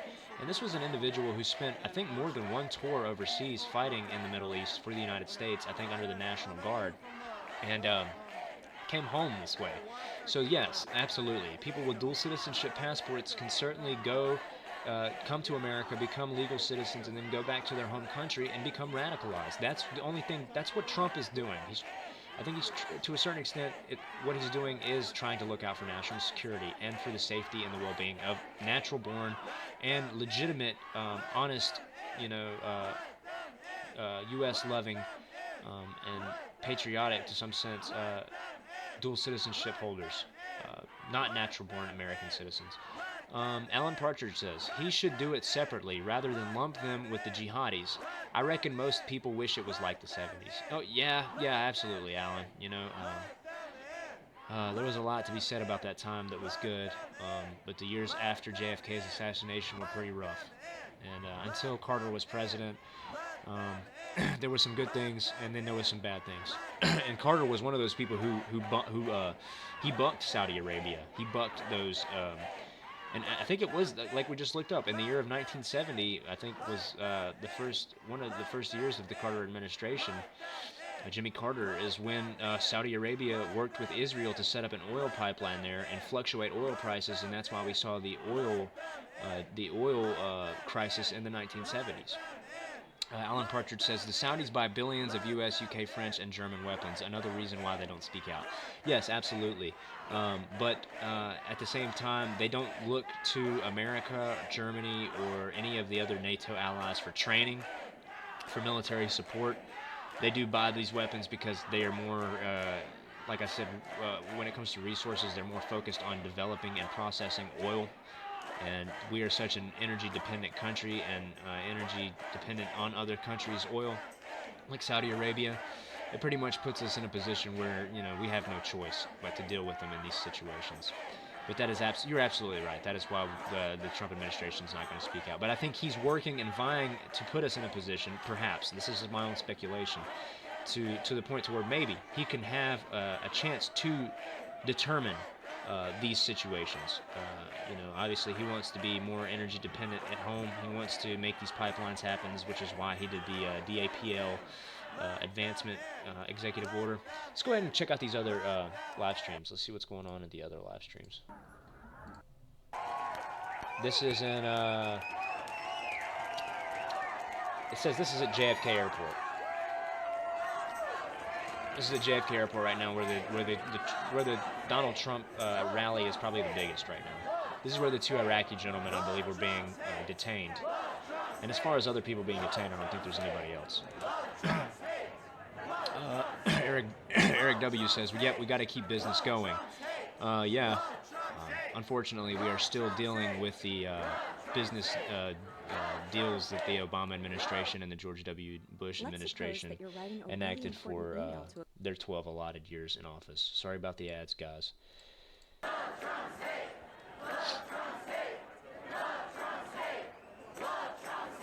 Alan Partridge says, often in Europe, the terrorists who commit the attacks are on a watch list. The problem is there are so many they can't all be watched. Absolutely, and it's unfortunate. But at the same time, whose fault is that? Those are the leaders of those countries allowing, especially Angela Merkel. She allowed so many refugees into Germany at one time that her intelligence agencies couldn't keep up with it,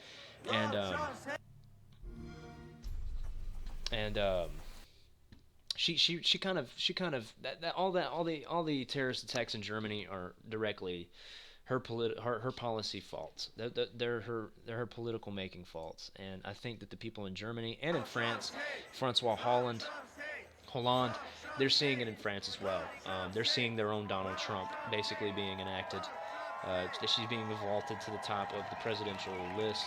Marine Le Pen, which I believe later this year the election in France will occur, and she's looking like she's going to take the presidency. And if that's the case, she leads the French National Front, and that is a nationalist French political party, which is basically the equivalent of the Trump administration, the Trump campaign. Alan Partridge says, I think we've been spoilt on protest live streams after Charlotte and Ferguson. I agree. But I think to a certain, what is up with these ads right now? Jeez Louise, man, somebody doesn't want me doing this or something, huh? I think we have been spoilt on them, but without them, Alan, I think that we would be lacking in an advancement in journalism and the opportunity for folks like me who want to give people like y'all an opportunity to get together and discuss these topics. Like I said, without feeling like we need anti-sentiment towards each other, like we need to be, protective of our opinions. I think it's good when we can sit down and have these interactive discussions, and that's why I do what I do. And I think without these live streams, it's almost impossible for me to do what I want to do. Now, can I wait till after the protests are done and go and try to do my own independent research and make videos, and then try to hold discussions with you guys through the comment section? Yeah, I mean, I can do that. I can have live streams and research them and do it that way too, and we can discuss it in the chat while I research it. But right now, this gives us an opportunity to look at it live in real time. What is going on with these ads? This is ridiculous. Let's go to another one, because that's retarded. Excuse me, I don't like using that word, but literally that's insane how many ads we just saw right there in like a 2-minute interval. But just for instance, guys, I want to go back. I want to show you this. This live stream that I'm showing you right now is a guy named Trollcore. Okay. The way he's speaking and interacting with his viewer base, it's just not. There's no sort of. There's no modicum of consideration at all. Now, while it seems that we all are sort of on the same page in regards to these protesters and rallies, I can tell that some of you do have varying opinions when it comes to obviously certain topics and obviously some actions, and perhaps even Donald Trump being president himself. I didn't give you a really good look at how he was talking to his, it's just, I can go back up. It's just, look, seriously, fucking cancer. Oh yes, BLM, why not? I mean, let's have interactive discussions. Let's be honest with each other. Let's be open. Let's not try to spread the negativity, even though it's almost natural when it comes to situations when people do feel discouraged. People don't feel like they're being represented fairly.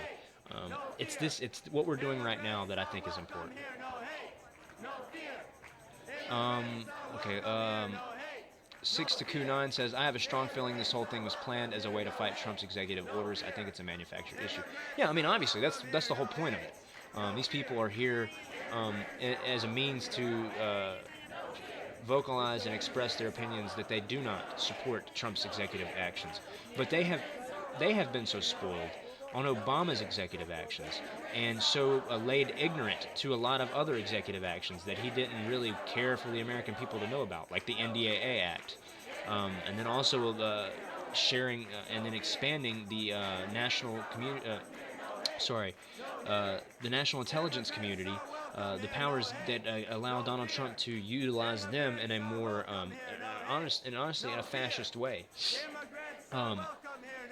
Of course, nobody's going to be out there rallying against that, though. Nobody's going to stand up against the image of Barack Obama because he was so, classy. He was so charismatic. His personality and demeanor were, steadfast. Yet, in his 8 years, he bombed more countries than any other U.S. president since Nixon and Lyndon B. Johnson. Okay? So, I mean, I don't see how somebody like that can be considered a liberal idol. That's not what he was. He was a warmongering, to almost a certain extent, tyrant. I mean, honestly, to be honest, that's my opinion, of course, and I want this to be unbiased. So I state that openly. It's my opinion. Stephen Ventura says, Saudi Arabia controls our currency through the petrodollar system. It would be absolutely stupid to block them. Trump is moderate, folks. Try to appreciate this carefulness. You're absolutely right. Saudi Arabia, along with those various other countries that hold a huge sway over the petro system. Venezuela obviously lost their hold in that, and there's been a lot of destabilization going on there. And honestly, I believe by intelligence security services like the CIA have been involved in destabilizing that country. Nicolas Maduro has absolutely ruined that country ever since the death of Hugo Chavez, who for the longest time stood up to the American government. I mean, and I'm not anti-U.S. at all. I'm a proud U.S. American. I'm a proud U.S. citizen. I love my country. But is it okay that our country gets so involved in other people's in other countries' domestic issues and their domestic policies? Absolutely not. That can be directly seen at this situation in Venezuela right now. Hugo Chavez adamantly stood against any foreign influence, and as soon as he passed on, Nicolas Maduro, who is somebody who is sort of more than happy to work with Western powers, that country has been completely disenfranchised and destabilized to the point to where their economy is in shambles, their people are starving, there is no food, and he is over there right now setting up a radio station and running it every day, playing music and telling people not to worry and to dance. Now, if that's not the definition of socialism to a certain extent, I don't know what is. But yeah, you're right. Saudi Arabia controls our system through the petrodollar. The Federal Reserve is not even a foreign. They're not even a government institution. They're completely exclusive to their own interest and rights, and they don't represent the American people. They represent foreign entities and elitist bankers and robber barons. Stephen Ventura says, on that note, I gotta go though. Stream is neat. I like you. Also get ad block, bro. LOL subbed. I'll be back probably. Peace. Thank you so much, Steve. Glad you can make it. I hope to see you again soon. We'll be discussing various other topics throughout the week and the times. I do live streams of just about every night, and I'm gonna start trying to make videos as well. But yeah, support alternative media. That's what I'm trying to become. I'm trying to become an alternative media source. So I appreciate you, Steve, and I'm glad you subscribed. I'm glad you enjoy it. I don't know why your name didn't come up on the screen like Alan's did. Maybe next time, man. Maybe next time. Alan Partridge says the terrorists in France and Belgium were mostly French or Belgium. They both have a large Muslim population due to their imperial days. Absolutely, you're right. But at the same time, why weren't they doing attacks during the Iraq War? Why weren't there more attacks? I believe that, the only attack really that I can remember was the Madrid attack in Spain, right around the time of 9/11, and then also the the lorry bombing in London. But that's my own speculation. You're right that most of them are French and Belgian native. But is it arguable that they do have ties with their home countries and that they may be becoming radicalized through family members or ties with those countries that they obviously their heritage comes from? Who knows? I'd say that it probably does. It does bring concern, and the influx of immigrants does definitely bring anti-sentiment, not Semitism, excuse me.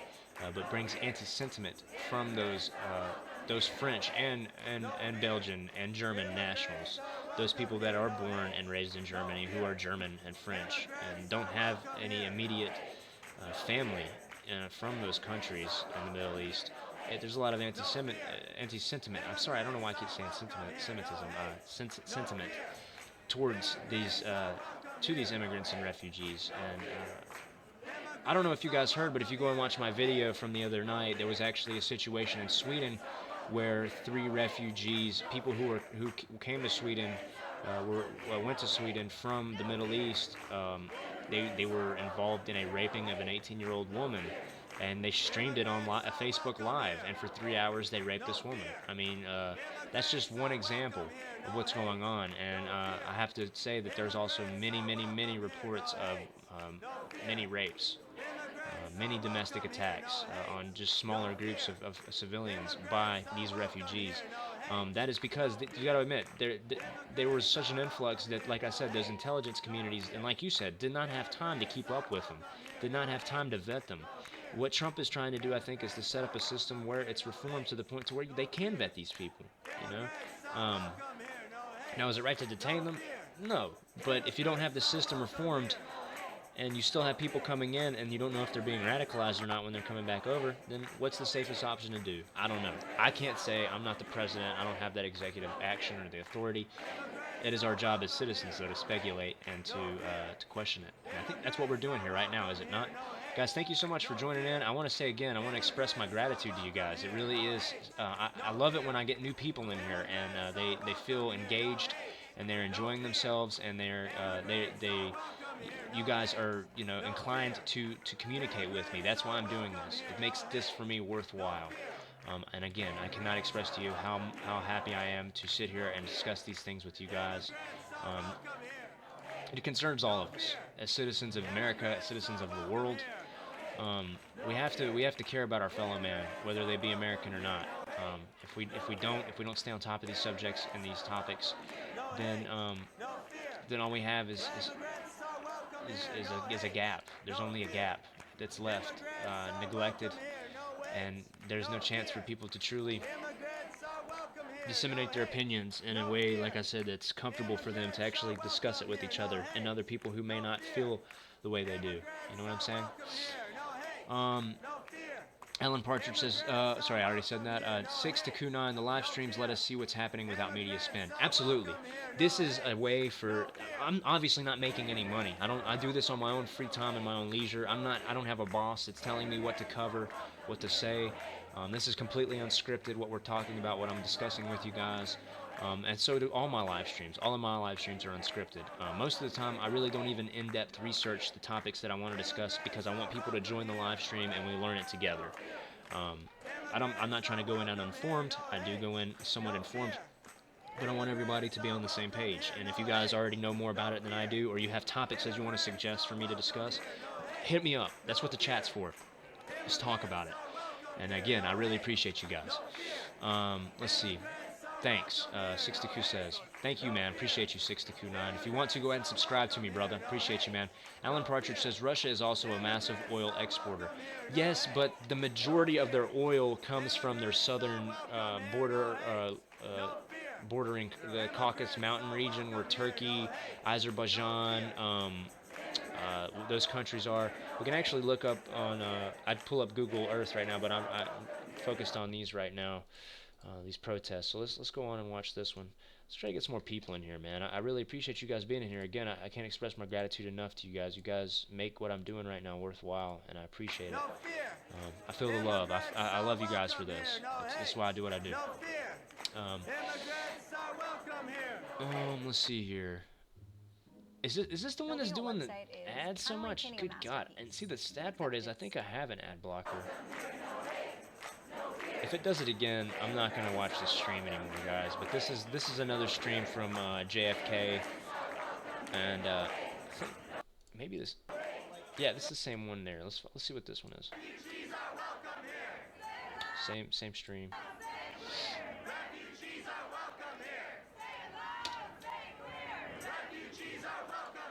Let's pull this one. See if the ads stay away. I don't know what you were saying, 6 to Q9. You said 6 to Q9 said, I'm moderate. I don't think Trump fits into any political box. I don't know if I did call him a moderate, and if I did, then I was wrong in saying that because I wouldn't call him a moderate. If I did, I totally was blabbermouthing.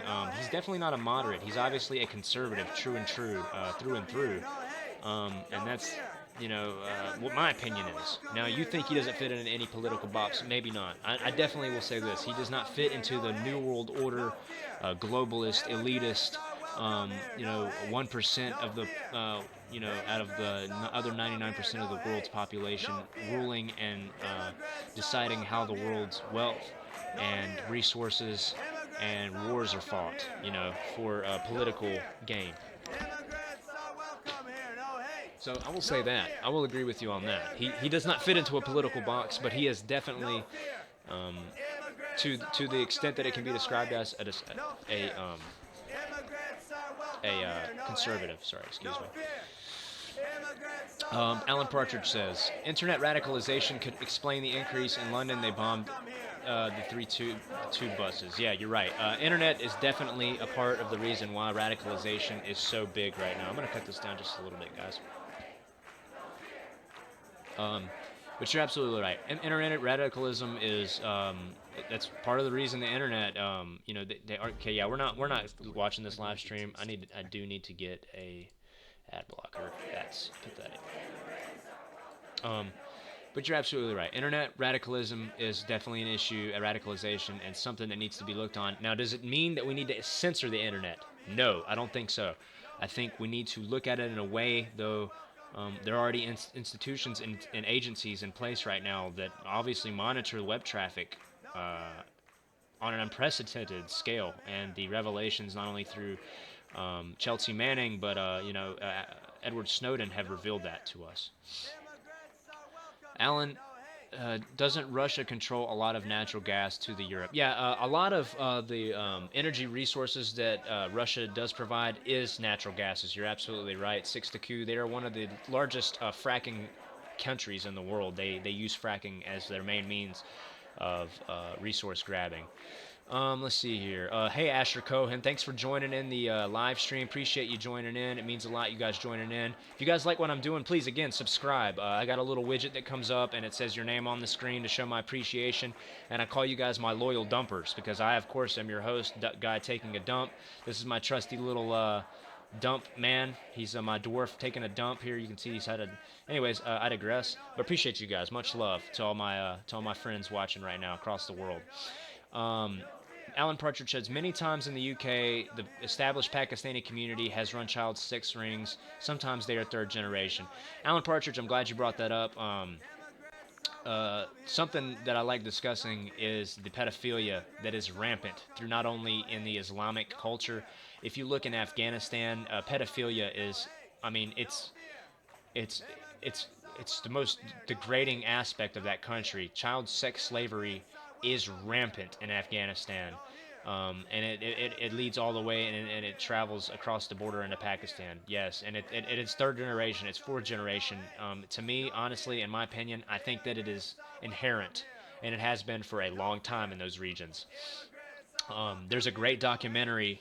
I wish I could remember the name of it right now, but it's about an Allied expeditionary unit in Afghanistan, and they've been there for years, and they've been trying to get these police forces and the Afghanistani armed forces to get out of that, the child sex, and they won't because it's so culturally it's so tied into their culture that they just can't, according to them. Now, obviously, I don't condone that shit. That's the most degrading, the most deprived, and the most inhumane act I think that any person in this world, no matter your culture and how long it's been going on, can partake in. And I hate to be that person. Actually, no, I'm not. I'm not ashamed at all. If you guys haven't already, check into the WikiLeaks. Check into those John Podesta dump emails. Look into the Comet Ping Pong pizza research. Look into George Webb's research of all this. Look into what the Hillary Clinton's Global Initiative Fund, her cronies in Dynacorp and Osprey International, they're all involved in. Look into the Oregon cruises where actual innocent lives are taken in the name of unwillingly donating their organs to people who pay top dollar for it. And this is something that has also gone on in Asia for a long time. I digress. We're looking at the protests right now at JFK Airport due to the executive action by Donald Trump earlier today, barring immigrants and dual citizenship and valid visa passport holders from various countries, including Iran, Iraq, Somalia, Sudan, Yemen. Excuse me, guys. I got to drink some water. Iran, Iraq, Somalia, Sudan, Yemen, Libya, and well, no, I can't remember the seventh. I keep forgetting the seventh one. Sorry, guys. Excuse me. But yeah, that's what we're looking at right now. We're going to continue talking about it. We'll save that topic for another day, but that's something I highly implore you guys to check into. And I see people are continuing to join the stream. Thank you for joining. I'm your host, Guy Taking a Dump. Again, we are watching the protest at JFK International Airport in New York right now. And also there's reports of protests going across the country. Dallas, Fort Worth International Airport, Houston, Boston, all over the country. Chicago O'Hare.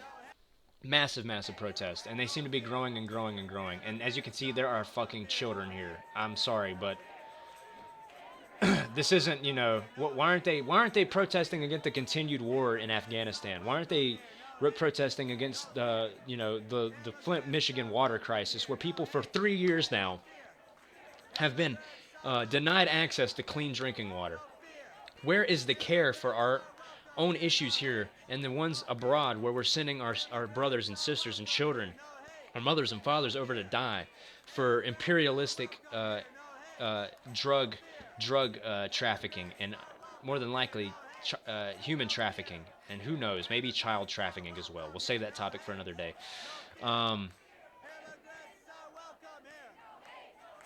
Ash 6-2-9 says, okay. Asher Cohen, useful idiots. 6-2 says, by the way, I did sub you. Thank you, 6. I'm much obliged, man. Thank you. I really appreciate it. Alan Partridge says, also, I'd like to say all media news, including Guy Taking a Dump, should be taken with a pinch of salt. A fistful in the case of CNN and RT. There will inherently be bias in any reporting or any analysis. Alan, you're absolutely right, man. You're absolutely right, and I appreciate you pointing that out. I don't want to sit here and act like I'm some kind of completely unbiased source of information. What makes this unbiased is you guys getting involved, interacting with me, and correcting me when I'm wrong, and or just telling me, hey, you're not, this is not something you. I mean, I'm not trying to be an opinion journalist. I'm not trying to be a journalist at all, really. I'm trying to bring an alternative media source to you guys, like I said, where we can discuss these topics and these situations and these subject matters without feeling like we have to attack one another, without feeling like we're going unheard. That's what I'm trying to do here. And again, Alan, thank you so much. I really appreciate you, man. And yes, take me with a fistful of salt, please. Tell me when I'm wrong. Tell me when you think I'm wrong. Let's talk about it, because that's what I'm doing this for. I'm not doing this to teach you guys anything. I'm doing this to learn with you guys. That's what I'm doing this here for, and that's my honest and complete and total truth to you guys about this. And I appreciate you guys joining me, and it means so much. Thank you, Alan. I take that as a flattery. That's a compliment to me. So thank you, Alan. Really, thank you, man.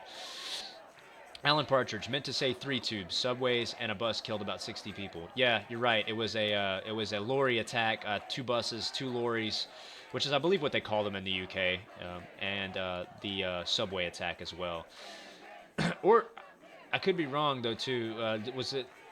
Either way, I digress. Asher Cohen says fascist America. Asher Cohen says you're welcome. Hey man, whatever you think.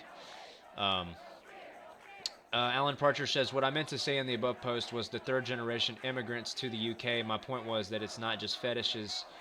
Oh, sorry, it's not just freshies. Sorry, I didn't mean to say that wrong. He says, my point was that it's not just freshies that do this.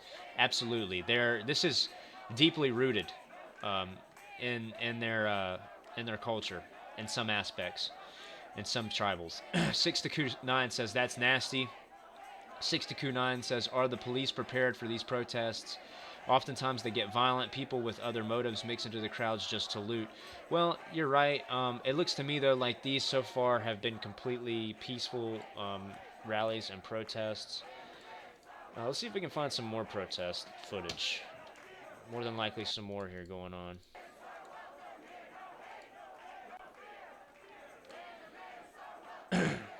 This is at LAX. Let's check it out. Right here in this chat, it's saying that cops are en route to LAX right now. This is at the LAX.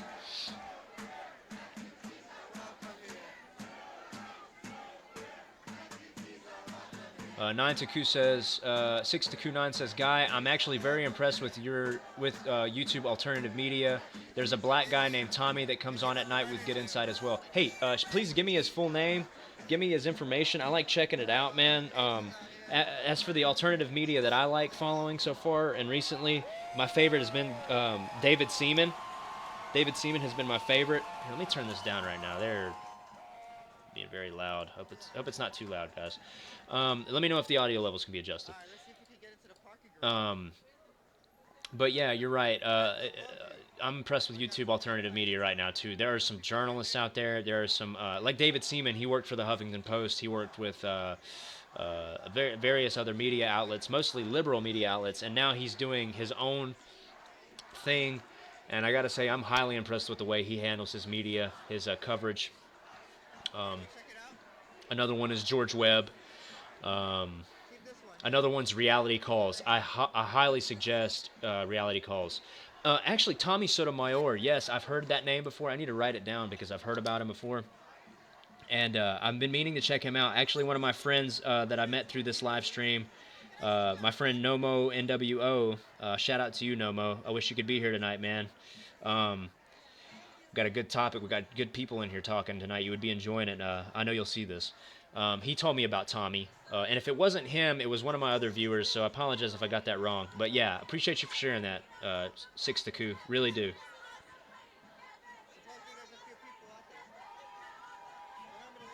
Got that name written down. I'm gonna check him out tonight when I go lay down. See, he's a conservative but covers a lot of African American topics. Interesting. There's not enough folks out there really discussing those topics right now, and I got to say the Flint, Michigan water crisis is certainly not only just a domestic crisis for them and a Flint, Michigan crisis. It's not just a situation for the people of, but I mean, it's an African American crisis because, as we know, a lot of the people there that call that place home are African American. That's something I think we're lacking in the alternative media, and I'm glad to hear that there's people like that out there. Absolutely. Asher Cohen, I hope TSA will have their way with these people. LOL. Unfortunately, more than likely, they're having their way with other people right now who are just simply trying to get to and from other parts of the country and maybe international parts of the world. But the TSA is something that has gone without oversight for too long, and they have overstepped personal liberties and privacy rights of many, many U.S. citizens and other citizens of the world. TSA is not a very good organization. I don't appreciate them. I've never flown. Eric W. says, you take the semen. No. Funny, a very clever joke there, guy. But again, no, I enjoy David Seaman's videos. He's got a great channel. And I implore you guys to check him out. Thanks for everybody joining in right now. Trying to get some more people in the stream currently.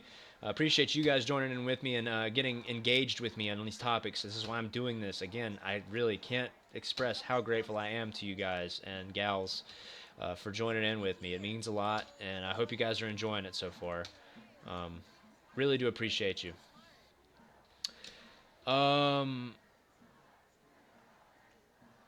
Let's see, because of the TS, 6 to Q9 says, because of the TSA, I haven't gotten on a plane since I left Fort McClellan. Well, I hear you, 6 to Q9, and if I'm sure that means maybe you just lived in an area called Fort McClellan, but it seems to me like maybe I'm going to presume that you are a former or a current serving military representative. I appreciate you, and I give my gratitude to you, man. I got a lot of friends who are vets who are still serving. I got a friend pulling a tour in Afghanistan for his third time, and got more respect than anybody right now really out there for our military folks. So thank you. 6 to Q said, okay, wait, let me get these other guys first. Eric W. says, you should follow TYT Politics, not the Young Turks channel for Flint coverage. Yeah, I don't like the Young Turks. They're a bunch of shills. They're a bunch of mouthpieces is what they are. Maybe they're independent, but they spurt a bunch of bullshit, and I don't like it. They were totally assholes. But TYT Politics, I'll check them out. Is that the exact name? Can you tell me? I'll write it down. TYT.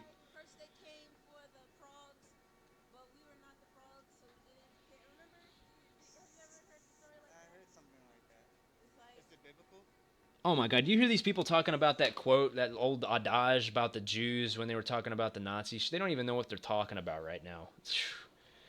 History's doomed to repeat itself if it's not learned and people are not educated about it, folks. And that's sadly what I think we're seeing. Perhaps is history repeating itself. Asher Cohen, well, they like touching people. They will look for any excuse to cop a feel. Yeah, there's a lot of sick individuals that work for the TSA, man. It's pretty deprived. Alan Partridge, talking of alternative media, Sticks and Hammer 666 puts across some good points, although he is often doesn't understand European issues. Okay, I'll check him out. I think I saw some live stream coverage he did during the election, and he was covering the election, if I'm not mistaken, and he's got like long hair. He's like a kind of a skinny, kind of lanky white guy with long hair. Sticks and Hammer. We're not leaving. We're going to another spot. Sticks and Hammer 666. Okay, I got you. I'm going to check him out. I think I've seen some of his stuff before. European issues is something that I like being inclined towards. I'm not going to say I'm an expert on European issues at all, but I like staying on top of geopolitics. Geopolitics is something I'm very, very intrigued in. I like to spend a lot of my free time researching and staying on top of. And if you guys want to go and check out my last video, I kind of touch on some of it. I didn't have many people get involved in that last live stream, and I'm not going to lie, I got kind of sleepy during it, in the middle part of it. But I did talk about the South China Sea a little bit. I talked about China taking over as the global hegemony economically. I talked about a few different issues. I talked about the Syria peace deal that was just now brokered on the 24th through the 25th in Astana, Turkey. And so, like I said, I very much like to stay on top of geopolitics, especially concerning areas in Europe, Russia, the East. Obviously the South China Sea is something that I very much like staying on top of right now. It's very important to me. But yeah, there's a lot that I want to cover. I'm going to continue to try to cover, and like my friend Alan Partridge pointed out, take it all with a grain of salt, please. Tell me if I'm wrong. Point it out. I'm trying to learn here with you guys just as much as I might be trying to teach you guys something. And I really appreciate you guys, seriously.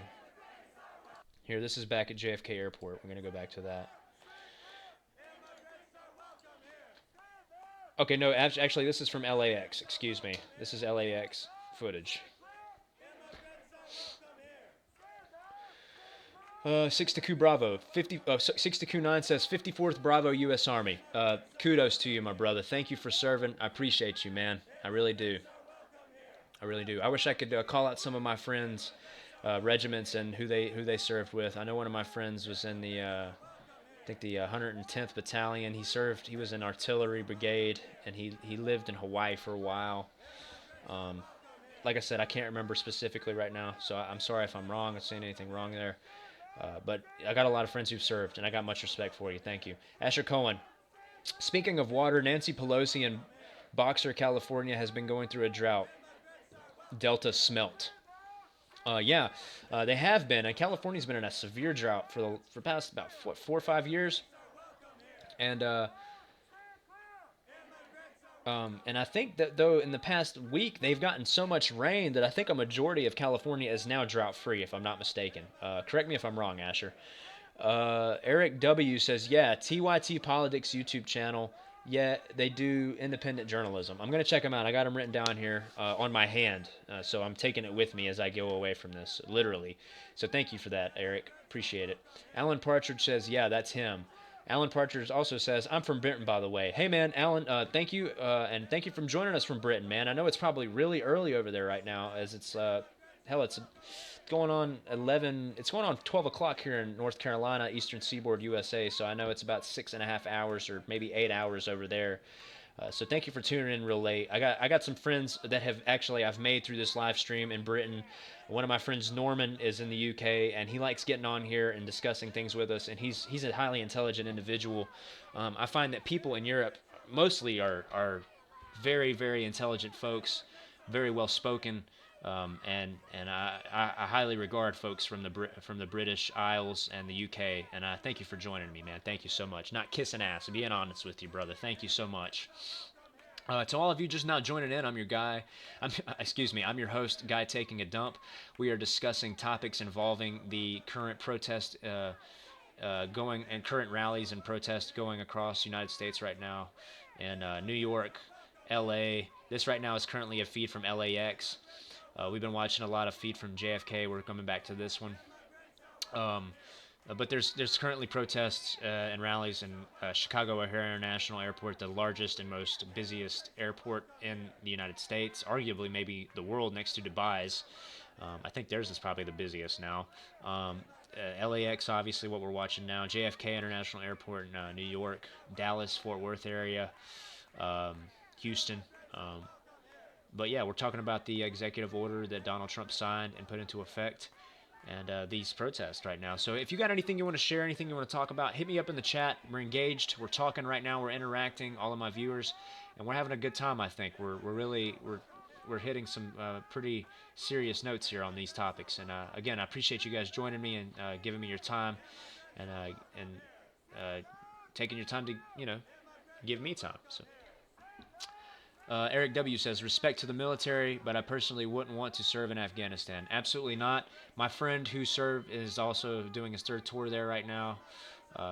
Shout out to him, Brian. I can't remember his last name, man. I haven't talked to him in so long. I mean, he literally stays over there for anywhere from 6 to 8 months a tour, and he's told me plenty of times he hates it. He doesn't like it. He doesn't support it, but he supports this country and he loves America. And he's a Mexican. He is a full-blooded Mexican. He was born in America though, and he loves Mexico, but he loves America and he loves his country too. And that's why he's more than, I guess, happy to go out and serve for it, and even though he may not like being in Afghanistan. Alan Partridge says, in my opinion, what the left has done is dangerous. By calling everybody racist, it will be much like the boy who cried wolf. There is a reason that story is told to children. Alan, you are absolutely right, and you're hitting the nail on the head there, my friend. What the left is doing right now by saying that everybody voted for Trump is a racist is not only causing more of a massive rift in the union that should be America, and this is the kind of situation that was, I mean, rightfully brought on during the Civil War in America because of slavery, but because of states' rights and people that felt disenfranchised and not being fairly represented, and those who were saying, look, you may feel that way, but that's, look at it from our stance. And by them calling everybody racist, it's just, like you said, it's the boy calling, the boy who cried wolf. Absolutely. Couldn't have said it better myself, Alan. Seriously. Again, let me repeat that. Alan Partridge says, in my opinion, what the left has done is dangerous. By calling everybody racist, it will be much like the boy who cried wolf. There is a reason that story is told to children. Absolutely. I got to say, the way that folks were raised, probably like you and I were, and I'm only 22, but I heard that story as a child too. You don't keep crying wolf when there's no wolf until there's actually a wolf. And I think now we're seeing many wolves all across the world. So you're right, Alan. You're absolutely right. And who knows, maybe even those who are crying wolf are becoming the wolves themselves. Asher Cohen says, we have access to water but have been denied due to the Delta smelt fish habitat. We are not at a normal water level as of yet. Some areas' aquifers are being replenished. Asher Cohen also says the left has ruined California, migration of working people moving to other states. Unfortunately, yeah. I mean, California is so controlled and ruled by the left, by extremist leftists, I'm going to call them. You're right. I know people who moved to California and are leaving now. They're not. They hate it there. They use that term very often. Libtard. They say there's lots of libtards out there that just are completely uninformed and uninvolved and actually doing what we're doing now, wanting to have a expressive discussion on these topics without feeling anti-sentiment towards one another and trying to be negative. There's a lot of people over there like that, unfortunately. And I hate to hear that. But I also hate to hear you guys are being denied access to your... Oh, wait, you have access to water but been denied. So I hate to hear that, man. At least you're not probably getting those fines on, watering your yard and stuff anymore, I'm sure. I remember I was hearing about that not too long ago.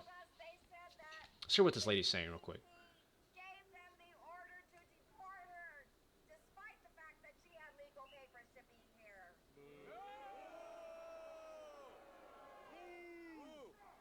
We called the watch. We called the watch commander and demanded to meet with the CBP, and she stonewalled us. And we said, surely you have a supervisor. And she said, yes, my supervisor is Donald Trump. Yeah, see, this is just anti-Donald Trump crap. I mean, I don't really support Donald Trump, but come on, man. He's only been in office for a week, and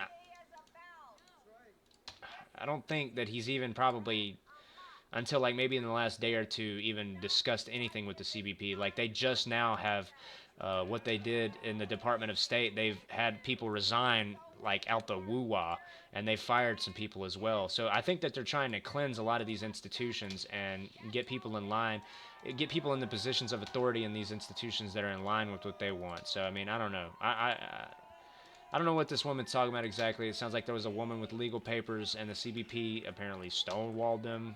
In other words, just said "fuck you" and ignored them. That there is a woman who is being detained right now with her 1-year-old baby who is a U.S. citizen. Wrong.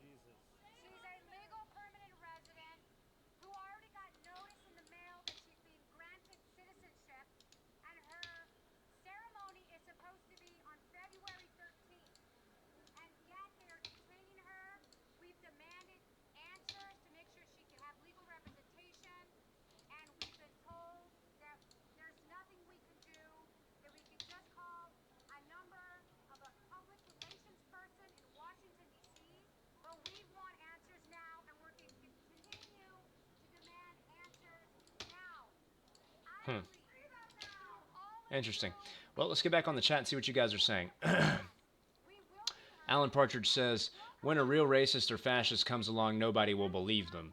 Alan Partridge goes on to say, aquifers can take decades to be replenished. They have been being depleted for decades. And I hate to, you're right, Alan. You're absolutely right about aquifers taking long time to be replenished. They are very deep underground reservoirs. If nobody knows what an aquifer is, it's a deep underground reservoir of filtered water that's naturally filtered through the soil and the mantle of the Earth's crust. And it's used mainly for a lot of wells throughout the country. I use a natural aquifer for my home. It's the best way to get water, the most efficient means of getting water. Especially even for metropolitan areas, folks where people that live in inner cities, it's hard to use aquifers, sanitation and all those different things to go into factor with that. But that brings me to a topic that I want to bring up later in maybe another live stream. But it's high stratospheric injecting, aka geoengineering, and I would argue, and this is me being biased and expressing my opinion. I believe that there have been institutions enacting in high stratospheric injecting, aka geoengineering, for a long time, or if you want to go ahead and call it chemtrails. And I think that it's led to the drought in California. And for all we know, the strange weather phenomenons we've been seeing across the U.S. and in other parts of the world here lately. I could go on, but like I said, I'll save it for another time in another live stream. But yeah, good point. Good point, Alan. Asher Cohen says, I am a native Californian and I am moving due to libtard culture. At least you're following your gut and following your instinct, man. If you can't get with it, I don't blame you. If you can't tolerate it, I don't blame you. Really, consider moving to North Carolina, man. We're not the most liberal state in the world, but we do have some liberal folks in power here. We just elected a Democratic mayor in a largely conservative and Republican state and area of the country. But it's a good state, good place. Dominic Kangemi, 1488. Welcome to the live stream, Dominic. I appreciate you joining in, man. It means a lot you taking your time to come in with us right now. Like I said, we're discussing the protest. We're watching live stream from, I think it's LAX right now. Very interesting stuff. Yeah, this is LAX, footage from LAX, and it looks like the people are now moving. The group from outside is moving inside. Again, thank you for joining. And if you wouldn't mind, could you extrapolate on what you mean by the numbers 1488? Is that a year? Was there a significant event in that year that we need to be discussing? Christy Stewart said you don't support Trump. Okay, look, I support Trump. I respect him as our president, our newly elected president. There are things, though, that he is kind of advocating and talking about that worry me as a U.S. citizen. As a person who has friends who are part of the Dreamer Act, which Obama, oversaw and used to help immigrant children. They're not immigrants. They weren't born here in America, but their families are legal, and they needed the proper paperwork to become legal citizens. And I have friends who are hardworking. People who consider themselves Americans that love this country and that contribute to society. They have day jobs. They have, private lives that are respectable, lives with American values, and they pay their taxes, and they're every bit of, in every sense of the word, an American citizen. and it worries me when he does do these kind of actions against immigrants. So, there's some things that as an American citizen, I reserve my right to be speculative of him, especially with, his past comments and stuff, but do I support Trump? Overall, yeah, I would say I support Trump, but did I vote for him? No. I did not see him speaking for me and the values that I truly hold dear to my heart as an American citizen, so I did not go vote for him. But I hope that you can respect my view as I would respect yours if you fully do support him or do not support him, Christy. And again, Christy, thank you and Dominic for joining in. I appreciate you guys taking the time to join my live stream. It means a lot to me. I'm your host, a guy taking a dump. And as far as I'm concerned, even if you don't subscribe, you guys are official dumpers. You're my loyal dumpers now. So you guys, if you guys like what I'm doing, you can click subscribe, and you guys' name should appear here in the middle of the screen right here, and with a little graphic and a noise. And I mean, I know you guys would like it, and I would appreciate you guys subscribing to me because I do this often. A lot of my live streams have had to be deleted here recently. I like to play music sometimes, and I ran into some copyright claims and stuff, so I went ahead and got rid of them. I didn't want to run into any issues with YouTube. I digress. Let me get back to the chat here. Alan Partridge says, I'll also say the sheep are not just on the left, but also on the alt-right, thinking that Trump is God and go with that Pepe bullshit. Instead of saying racist, they say cuck. Right. You're right, Alan. It's dismissive, and you're absolutely right. And there are disseminants on both sides. There absolutely are. Alan Partridge says, fuck off, Dominic. What you're saying is irrelevant. Sorry for the language, guy. No, you're fine, Alan. Alan. This is a freely uncensored discussion. However you want to talk to people is fine. I'm not going to try to censor you or tell you how to speak to each other. All I ask is that respect each other's views. I'm sorry I wasn't following what Dominic was saying, but if it was something derogatory, let me know. I'll take care of it myself. I have moderator privileges over my own live stream and chat, and I will take care of that. So, yeah, don't worry about it, Alan. You're fine.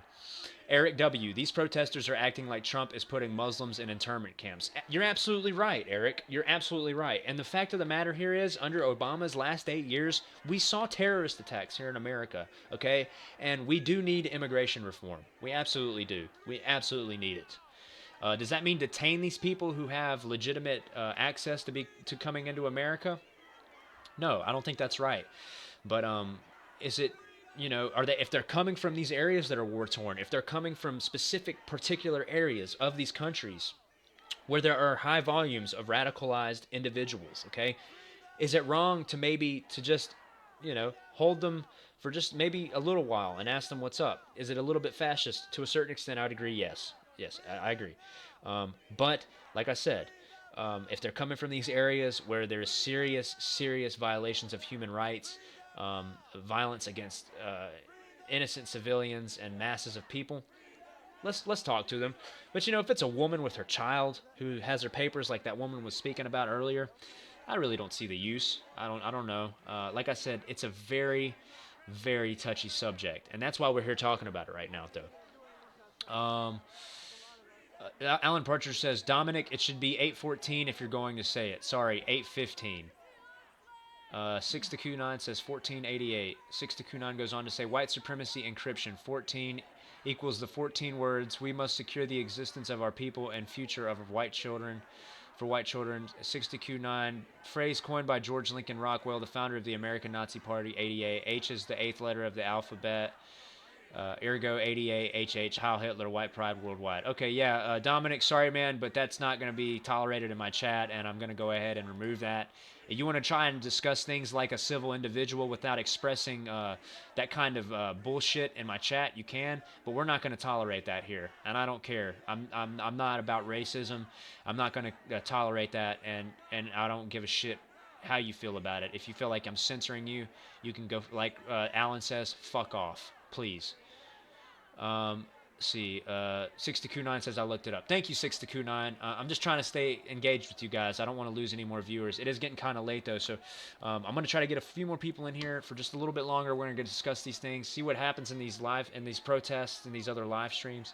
It looks like it's getting, the crowd is huge in LAX, so I wonder how big it is right now. And let's go ahead and see if we can find another one from JFK real quick, because I want to see how much bigger that one's gotten. Let's see, JFK Live.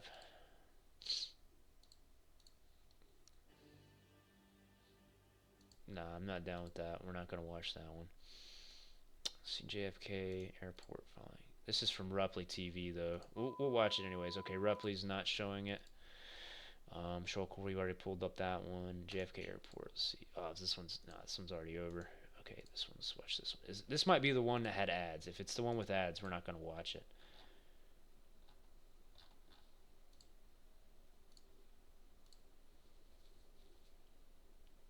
LAX Airport.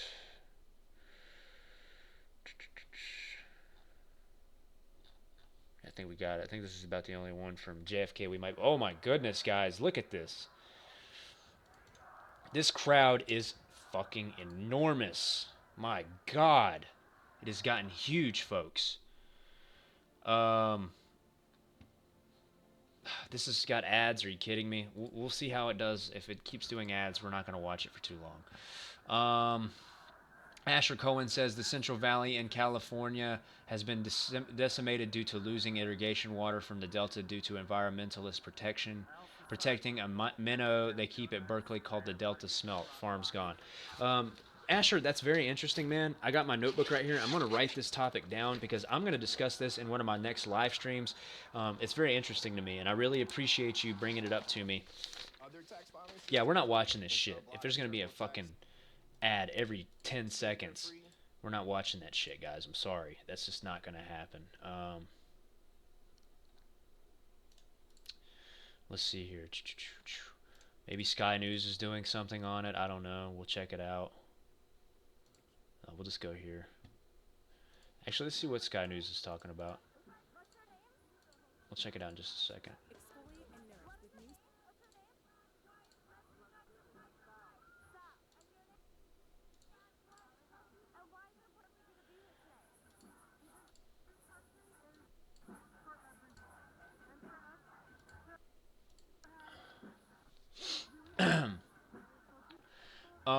Okay, yeah, but Asher, again, I'm going to write that topic down. I really appreciate you sharing it with me, man. Really means a lot. I like it when people continue to show interest in sharing topics with me, especially engaging through the chat. Thank you, man. Really appreciate that. I'm going to write it down. Central Valley in California.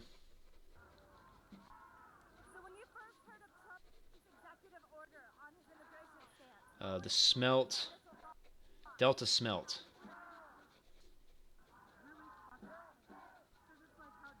I'm gonna check into it, man. We're gonna get into that, and I hope you subscribe and stay tuned, Asher, because we will discuss that topic. And I appreciate you for bringing it to light to me. Means a lot, man. Means a lot.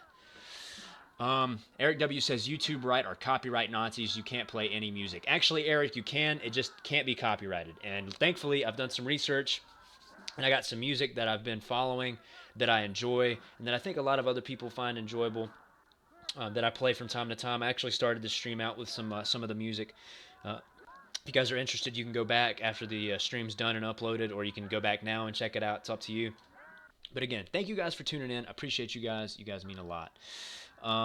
Let's see. Alan Partridge, I'm not going to respect white supremacist views. I don't think he should be censored. He needs to be dragged into the open and debated.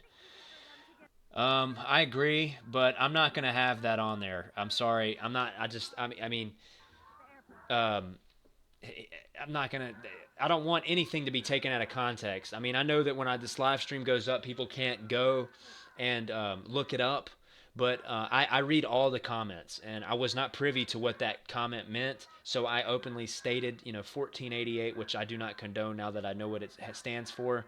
And I want it to be known that we're not gonna tolerate that shit. And I'll keep that in mind, Alan, and I respect that. That's a very adamant and steadfast value, and I appreciate that. And you that says a lot about your character, man. Seriously. So thank you for again keeping it real. That's what I appreciate the most. Folks like you that keep it real. And I agree. Those fuckers need to be dragged into the open and to be debated, openly debated. Absolutely. 6-2-9 says, I don't mind the ads, just keep streaming, this is big. I agree, 6-2-9, and thank you for sticking with us, man, because that's why I'm doing this. There's too many streams out here, they're just streaming this. Some of them even take donations. They're like, oh, donate to me. I have a donation page, but that's only because it's right there in the subscription in the bottom in the in the detailing in the description at the bottom. But I'm not gonna advocate it at all. It's there if you guys feel like donating to it. I do this in my free time because I love doing it. And I love talking to people and meeting new people and discussing these issues. They mean a lot to me. I know I'll get an ad blocker. 6229 says ad block ultimate add-on works great. You're right. I need to get one. This is because I'm on Chrome. I got it on Firefox. I switched over to Chrome though because it seems to work a little bit better doing these live streams. So I'm gonna look up that. I'm gonna look at that article you just posted in just a moment. Trying to get some more people in the live stream. It seems to me like every time I comment in these live streams and solicit people from them, I either get a few people or I get no one. So tonight has been a good night for me, and I appreciate you guys leaving whatever streams you were on and coming and giving me the time to check out, what I'm trying to talk about and what I think you guys want to talk about, what matters to you guys. Obviously, 62 says, I don't mind the ads, just keep streaming. This is big, so it means something to you, and I appreciate that. YahooNews.com news: Texas mosque destroyed early morning blaze cause unknown. Yeah, let's look this up.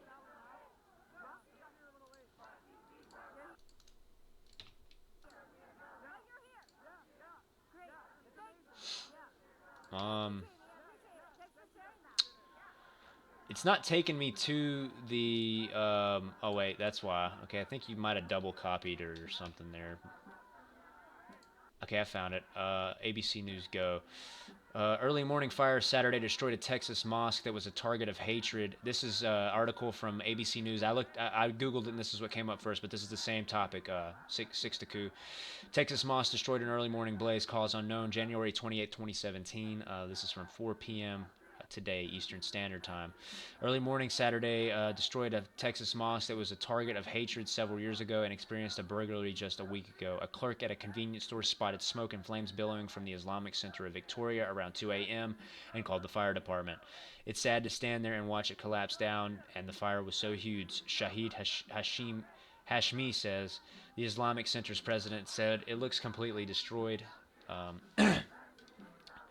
This is unfortunate that this is how far racism goes.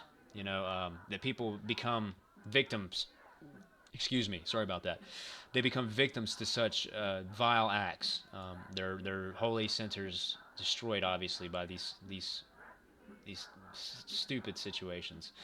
Eric W. says a big problem in America is the lack of understanding civics. People legitimately think Trump is a dictator. I know, right? And I mean, it's completely fucking stupid. He's not anything close to a dictator.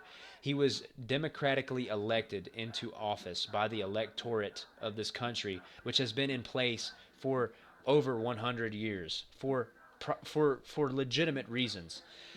If we allowed our system to be voted by the population majority centers in this country, then it would not make any sense, and those places would have their own nation state sovereignty. They would not even be a part of the union, and from what I understand, there's some sentiment towards some of these states wanting to leave the union, California being one of the major ones.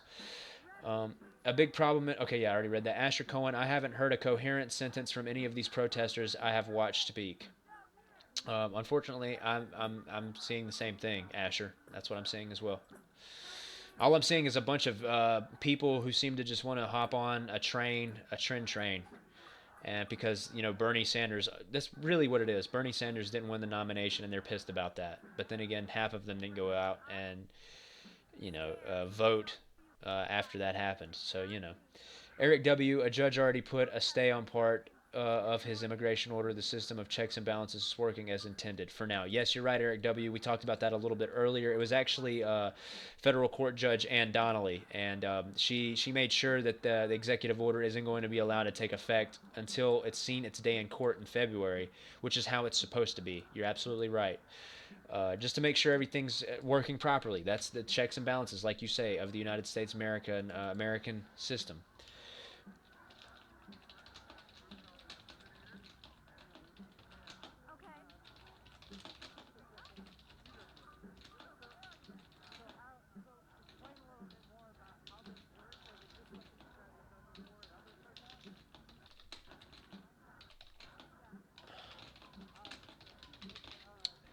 Again, guys, thank you guys for joining in. For some of you, it's really late. Like my friend Alan Partridge, he's in the UK.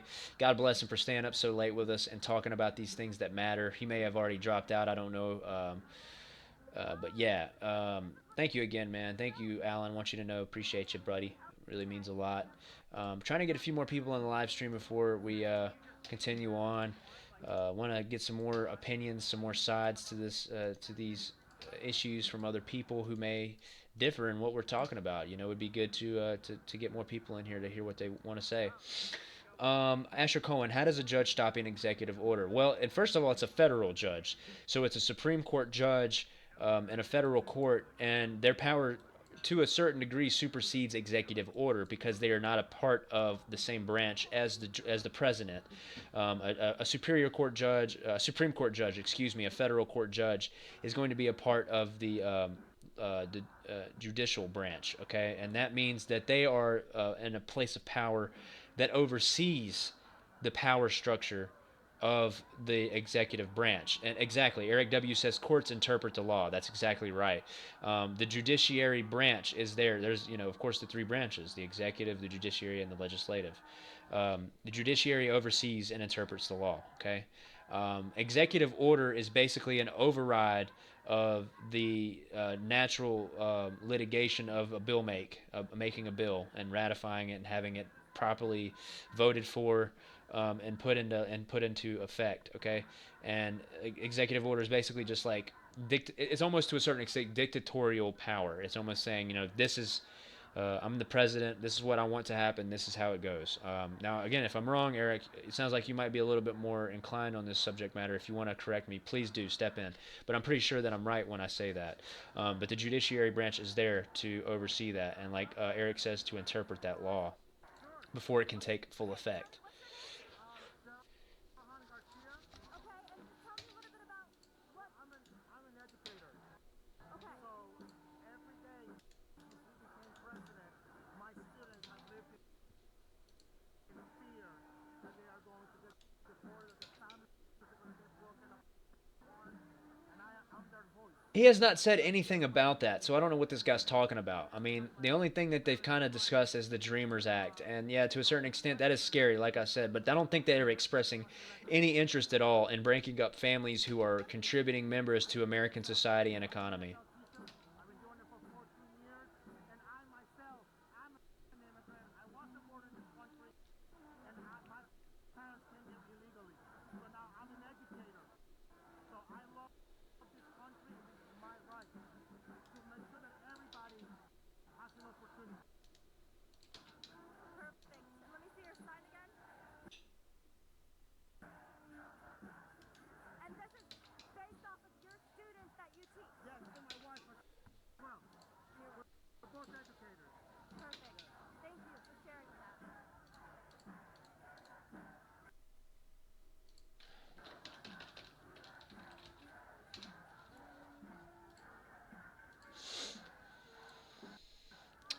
Usher Cohen says, why no federal judge ruling on Obama's pen and phone? Eric W., they have Asher. Obama has had executive orders overruled in court. And yeah, he's absolutely right. The only one that I believe wasn't overruled was the NDAA,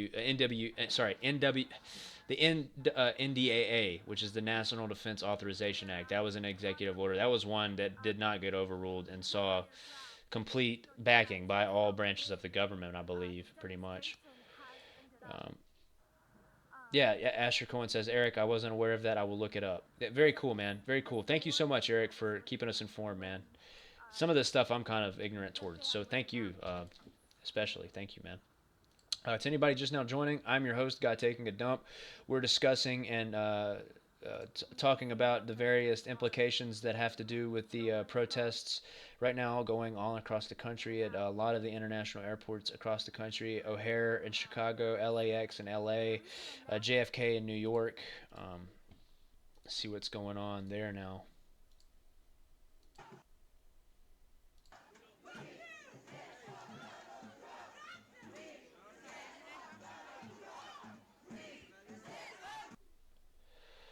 Well, it just took off. Live stream's off. Let's see here. Let's try to get these people from this one in here. Still covering in my live stream and having civil discussion. Join now.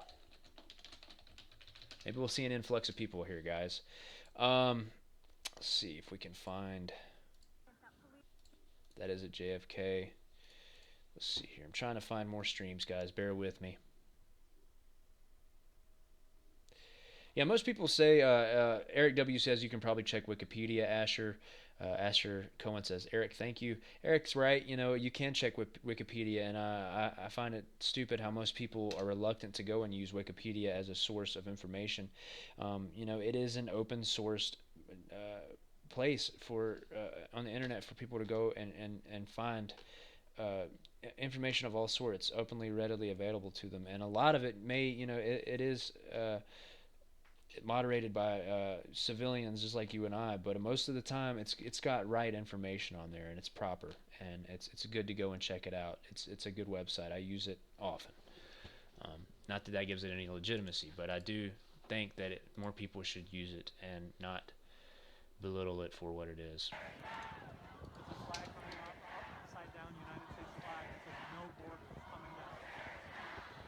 What in the world? It's a U.S. flag upside down with the words graffitied onto it, no borders. Folks, this is the NWO's wet dream right now. A world with no borders, okay? A globalist regime, okay? If that's what these people want, that's fine. You know, but not every country in this world wants to share open borders hemispherically, okay? Some countries respect and admire the fact that their sovereignty is respected across the board by other countries. 6-2-9 says assholes. Gotta agree with you, 6-2. Really gotta agree with you, my friend. For those of you joining just now, I'm Guy Taking a Dump. I'm your host here tonight. And Walking Fitness, welcome, my friend. Is this live? Walking Fitness asks. Yes, this is live. This is from JFK. The crowd has massed. This is, I think, the biggest protest there is right now. And we're sitting here discussing in the chat. Please interact with us. Tell us what you think. What is your opinion on all this? 6-2 says, protest fine, but leave our flag alone. I agree. Our flag is not a piece of signage. It's not something you go and write your opinion on, nor is it something you burn and stomp on. So I agree. Asher Cohen says George Soros is laughing. Oh, George Soros certainly is laughing. Good God, I really need to get an ad block, guys. Sheesh. Let's see if I can find a better stream of this.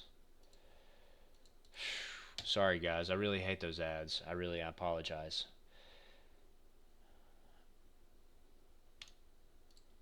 Was that the one we just... Yeah, this is the one we were just on. Son of a bitch. This guy has ads out the ass. He must be monetizing that video.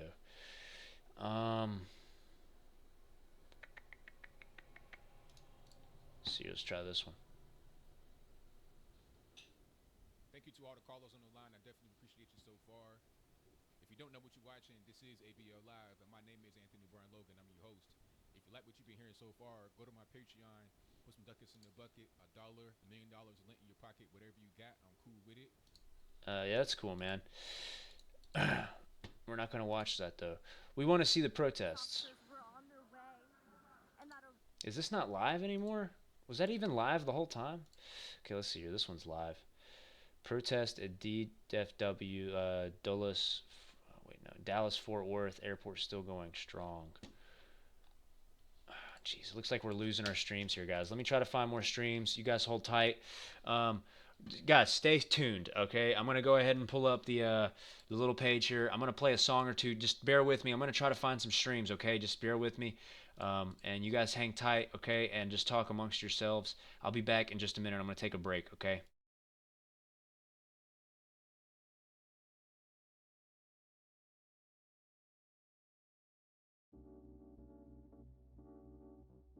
This is one of those tracks I was talking about. This is artist Vanilla with the track Summer. Just bear with me, guys. I'll be right back. Thank you guys for tuning in. I'll be right back.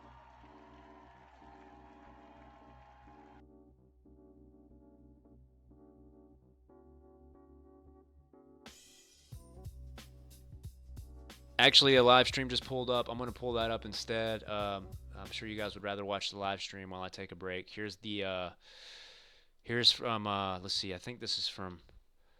This might be from Dallas Fort Worth, or it might be from LAX. But either way, you guys just take a seat and enjoy. Watch this while I go take a break. I'll be right back. Trump's ban on immigrants corner the country. So this is a little view from the top floor. I'm going to go down there and I'll see if I can get in with the crowd, show you guys some of the signs and stuff. A couple politicians have been here. Tito Jackson, he's running for mayor of Boston. Elizabeth Warren, she's our senator, I believe. She's here. So, I don't know. Let's see. I don't know if there's 1,000 people.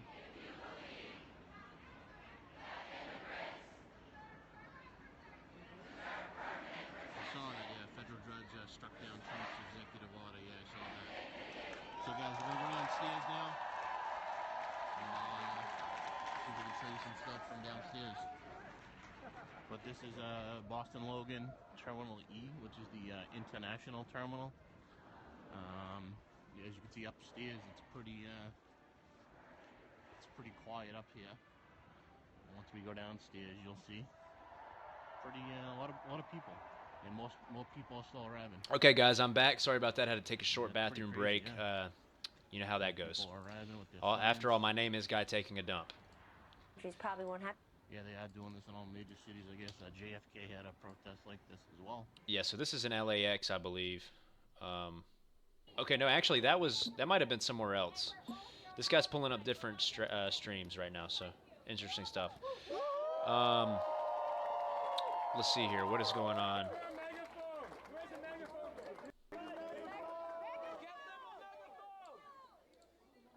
Right here. Let's see. Let's get back in the chat, guys. Chris Rogers, welcome, my friend. Much obliged for you coming in. Can't wait to lock Soros up, Chris Rogers says. I agree. Man needs to be in prison. Man needs to be in prison along with Hillary and the rest of her cronies, Podesta and the rest of the lot. Alan Partridge, good luck getting Switzerland to give up its independence. Exactly. That's what I'm saying. That's a perfect example, Alan Partridge. Even in World War II, Germany would not even dare lift a finger to Switzerland. They held a lot of their money, handled a lot of their banking interest, along with many other parts of the world, and they were highly capable militarily of protecting themselves and their borders. So, interesting statement, Alan, and I agree with you there. Good luck. Best of luck. Walking Fitness says, I don't care about burning the flag. Burning the flag won't change anything. Okay, your opinion, but there are many people, that also feel that, that is not a way to protest, and it's almost, it's almost a smack in the face to people that went and gave their lives, the people that go out, not only just military. I mean, think about firefighters, think about cops, think about civil servants all over the country who pledge their lives and give an oath to that flag. Okay, to protect the people that live under that flag. It's more than, I know that's nationalism. I know that that's an idea that a lot of people don't really hold true to, and I want to respect your comment, and I do, and that's fine if that's how you feel. It's fine, Walking Fitness. Feel free to express yourself fully, as long as it's not racist or disrespectful to anybody in any way. Okay, 6-9 says, I can shoot that SOB from a mile away, right in the eyeball. I guarantee it. Put the flag away. Okay. Alan Partridge says, Burger Van Dreams has some good coverage. I'm gonna check that out. Is that live, Alan?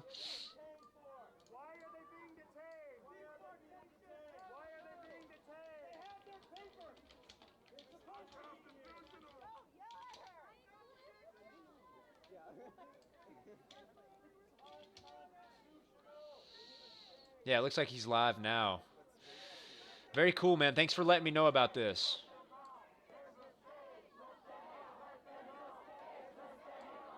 Oh, it's the same stream. This is the same stream. This is who I'm watching right now, yeah. Whoops.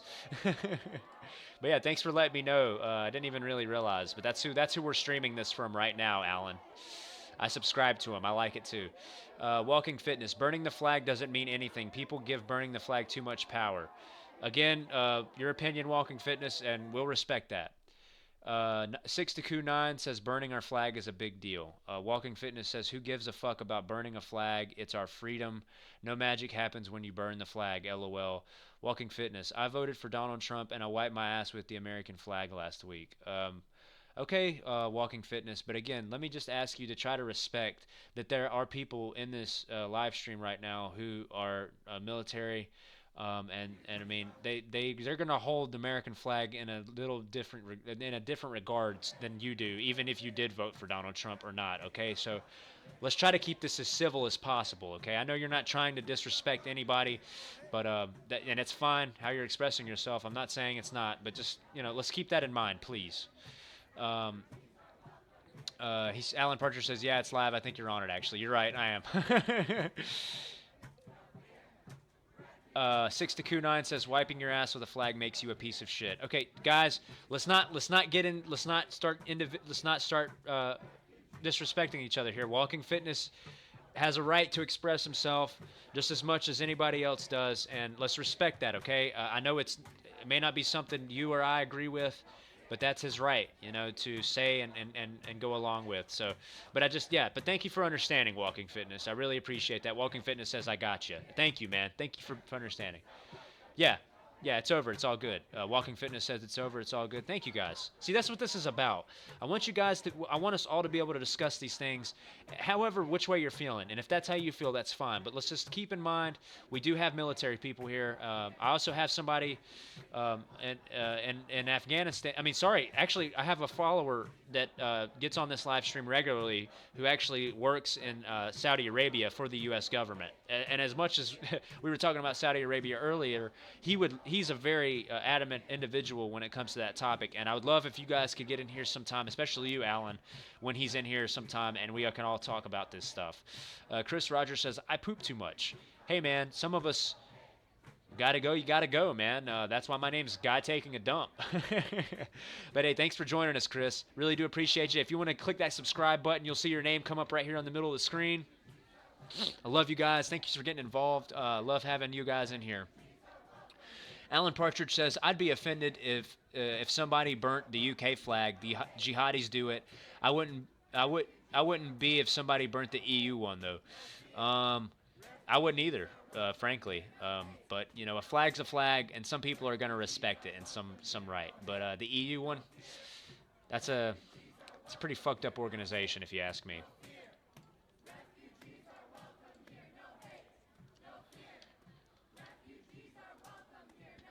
Guys, I'm trying to get some people in here from other streams on these mainstream media streams where I pulled some of you guys from. So just talk to each other for a minute. I'll be back on the chat in just a second. In the meantime, I will, of course, be saying that sign on a fucking clipboard. Let them in.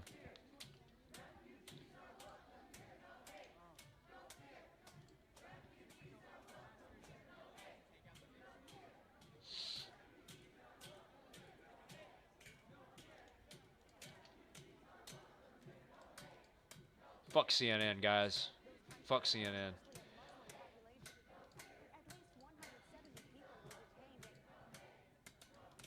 Apparently 170 people have been detained so far at the JFK airport protest. And as you can see, the cops are showing up in force now, right here, guys. Cops are showing up in force.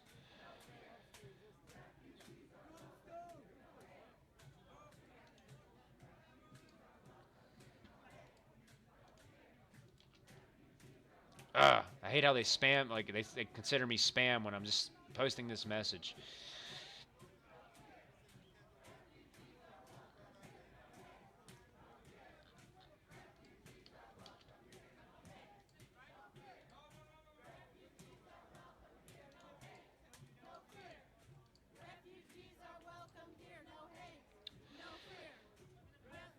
Immigrants make America great again.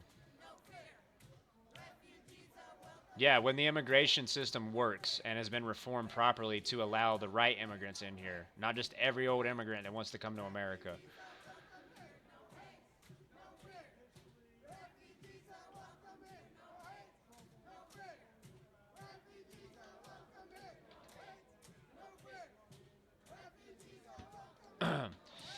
See, Chris Rogers says, ha ha. Alan says, the Fourth Reich. Yeah, unfortunately, I agree with you there.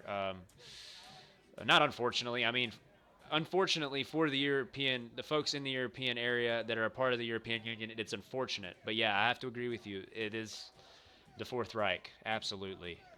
They were created immediately after the absolvance of the German Nazi Socialist National Socialist Party. So I got to agree with you there. Walking Fitness says a feminist once told me at a protest that all penis and vagina sex is rape. That's not surprising to me, Walking Fitness. I mean, that's the kind of mentality and mindset that a lot of these liberals out here who are at these very rallies right now, that's the kind of mindset that they have. And frankly, that shit is just fucking insane. And if that's the case, then what is it when a woman is with another woman and they're using fake penises? What does that mean? You know what I mean? I mean, what the hell? It makes no sense. Chris Rogers says, fuck CNN. Yeah, absolutely. Fuck CNN, my friend. To hell with CNN. Fake news can go to hell. Support alternative media, my friends. Alan Partridge says, are you serious, Walking Fitness? Walking Fitness says, I'm dead serious, Alan. Seriously, I don't doubt that at all. I really don't doubt that. I've met women like that at all women colleges around where I live who have that same kind of mindset, who are absolutely anti-male to the utmost. They cannot stand men at all. I'm surprised they even look at them, in some sense. Chris Rogers says friggin' ACLU is blocking Trump from implementing the ban. Well, Chris, how do you feel about it, man? Do you think that this ban should be implemented immediately? I do agree to some extent that some of these people, like I said, that are coming from parts of these countries, the 7 countries that were banned, they need to be vetted if they're coming from areas that are particularly areas of interest towards human rights violations and whatnot, and these war-torn areas. But if these people have been living in America for some time, depending on how long they were over there and their reasons for going over there, I think they should be allowed to come back into the place they might, necessarily call home. You know what I'm saying? So. Chris says, okay, wait, Alan Partridge says France is trying to get more control of the EU, though. France probably has the most proficient army in Europe. I agree, and I think that's, Alan, I think that's why they went and took the initiative in Mali against Boko Haram. They wanted to make sure that, NATO and their allies knew that they were just as involved and just as interested in trying to take control of the Islamist extremist movement as America was. I think they wanted to make that known. So I think that's why that happened. Walking Fitness says, all immigration should be stopped. No more Arabs, Europeans, Asians, or anyone. We can't take any more people. If that's what you think, man, we're going to respect that. Chris Rogers, yes, it should be ASAP. Can you explain why you think so, man? Can you tell me why? I'd like to know. 6-9 says the ACLU only got a temporary stay and a few people through who were already vetted. See, that's what I'm saying. And I mean, I don't like the ACLU completely and totally. There are things they do that is completely whacked and obviously left-leaning. But in situations like this, it's good we have them because I think, like for instance, that woman, like the woman was saying earlier, there was a female trying to get in the country with her 1-year-old child who was born here. Her ceremony is going to be in February for her citizenship awardance. It's wrong to detain that woman. Obviously, she's done all that she could. And I mean, a simple vetting, a quick vetting process would handle that situation. And it doesn't make any sense why, you got to detain someone for more than 5 or 6 hours to figure that stuff out. And that's what immigration reformation is going to do. You know what I'm saying? Chris Rogers says, "Oh well, that's good."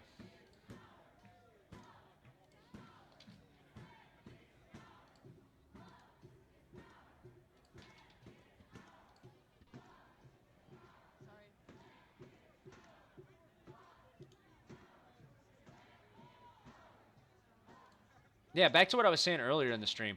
These protesters leave such a mess.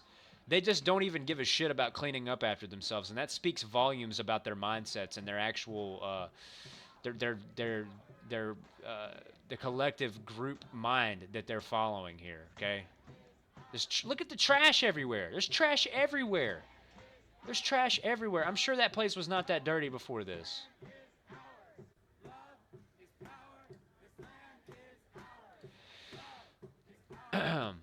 Walking Fitness says most people are living near poverty level. 100 million people are unemployed. How can we sustain more people? Well, I think we can sustain a lot of people.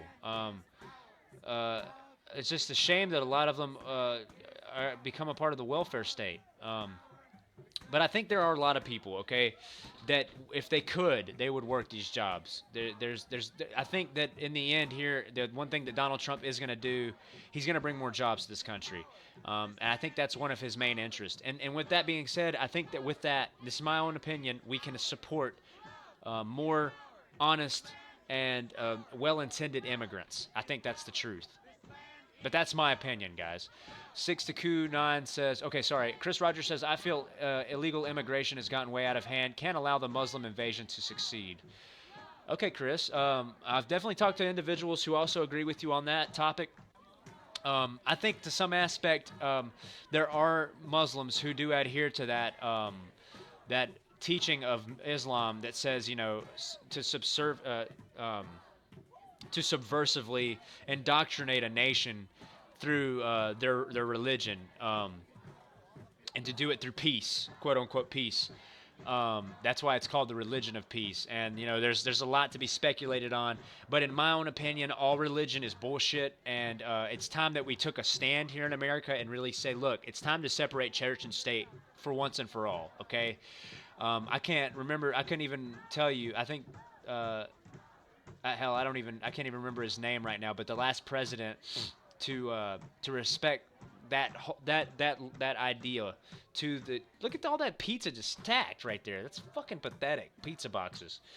The last president to really respect separation between church and state was in the early 1800s, folks, and that's troubling to me.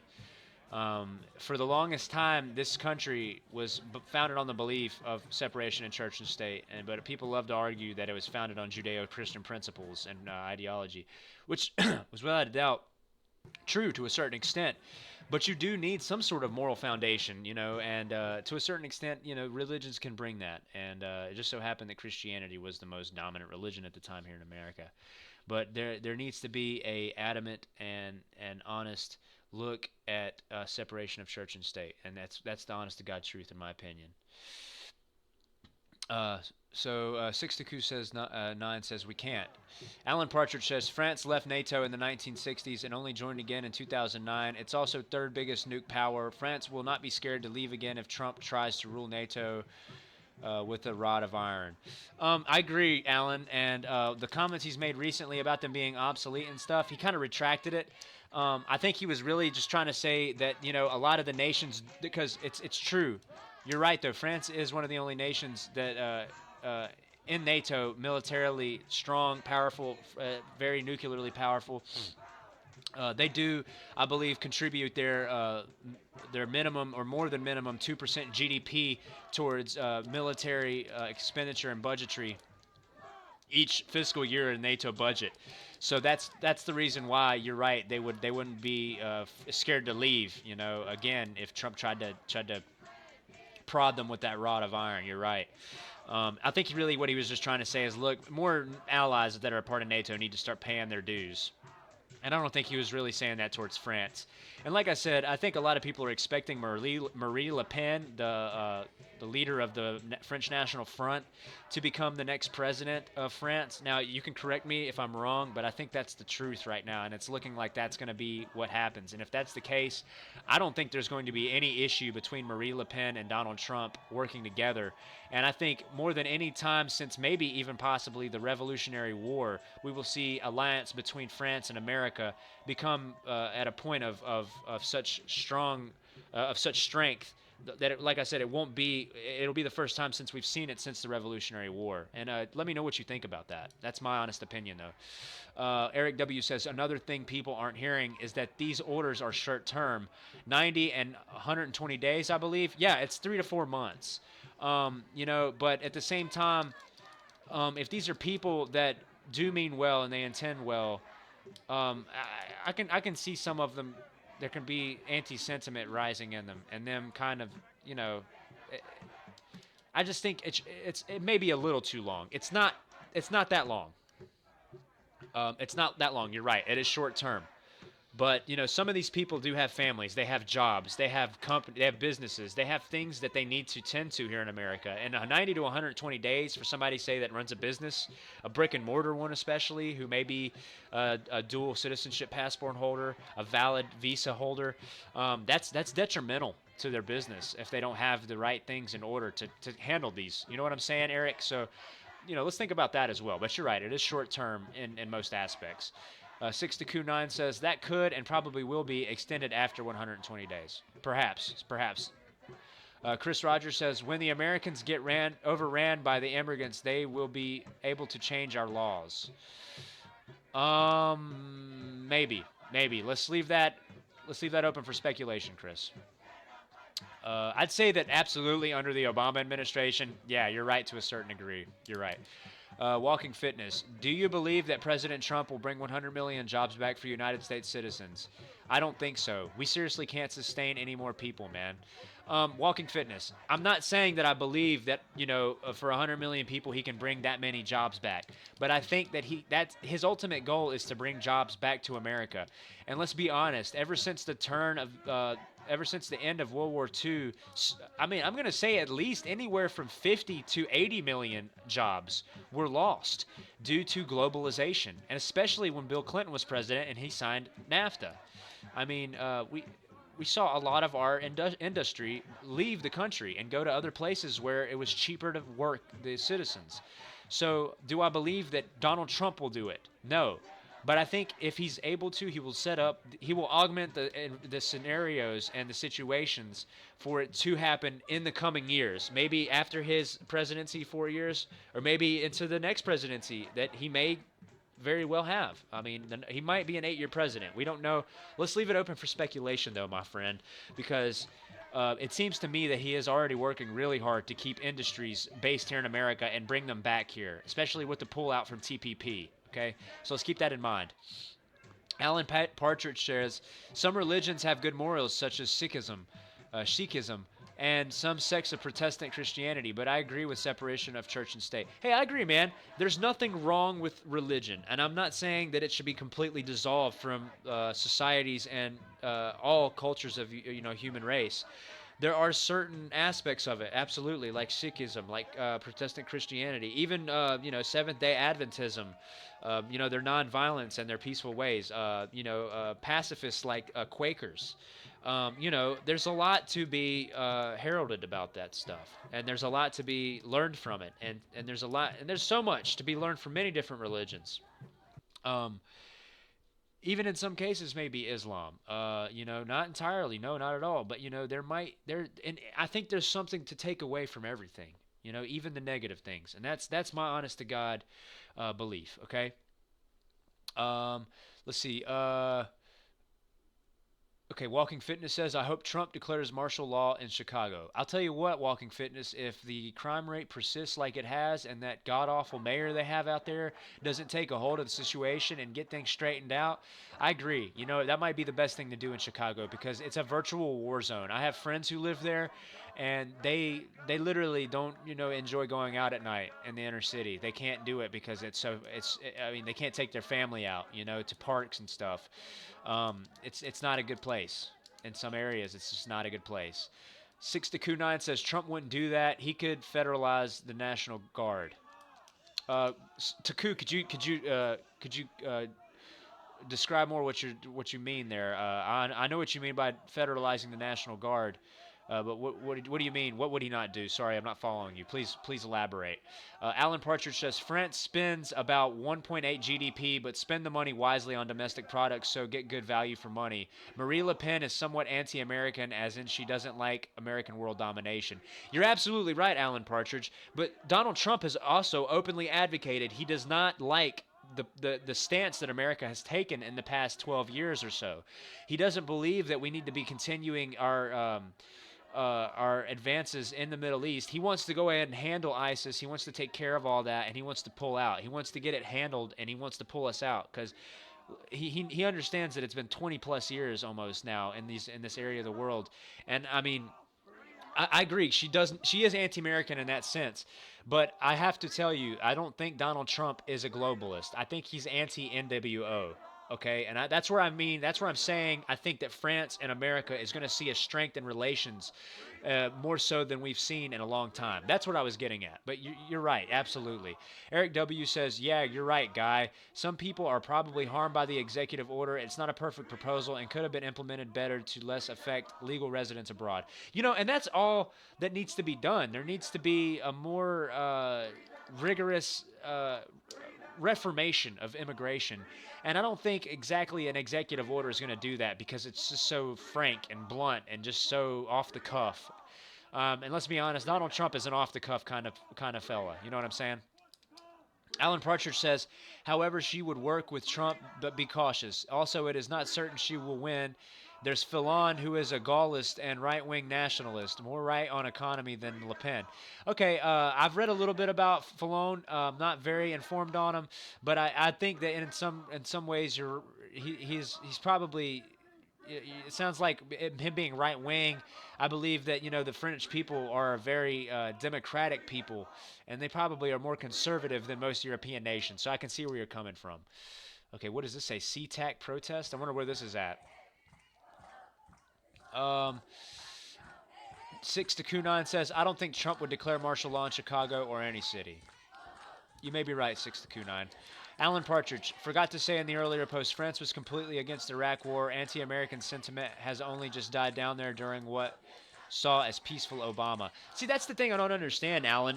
What was so peaceful about Obama? Because he was the first president to use drones extensively in countries that we are not at war with, like Pakistan, Yemen, Somalia. I could go on. The list goes on. And not only that, he used actual Air Force assets to bomb some countries. So I don't know what was so peaceful about Obama. He promised he was going to pull us out of Afghanistan. He prolonged the war there and actually advanced it for another 10 or so years, I believe. The contract we have with the Afghani government. And yeah, he wasn't Bush. You're right. But at the same time, in some aspects, in my opinion, he was.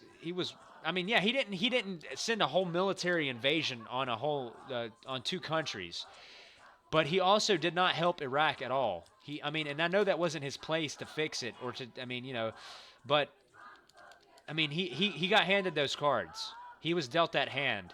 He had a lot of promises that he didn't meet up to, and yeah, his demeanor was peaceful. He came across as somebody who was charismatic, like I said, and had good ideas and spoke steadfast about his ideas. But if you ask me, in a lot of aspects, Obama was another two terms for Bush's NWO elitist globalist buddies and cronies. That's what I think Obama was. And we may differ there and not agree on that, but that's fine. Alan Partridge says there is still deep distrust there. You're right. You're absolutely right. And I would agree that there's probably very much deep distrust in France for the American government, and I don't blame the people at all of France for that.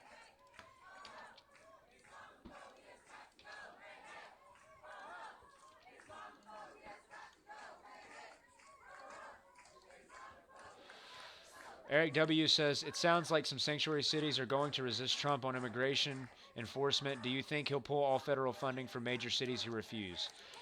He's definitely talked about it. He's mentioned that that's a possibility.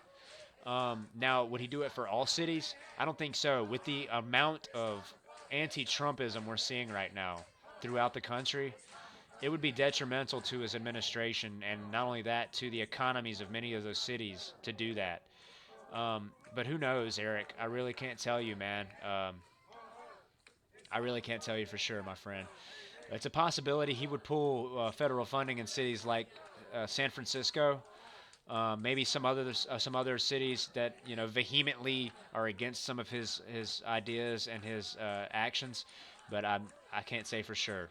That it's definitely open for speculation, and we'll keep our eyes out on it.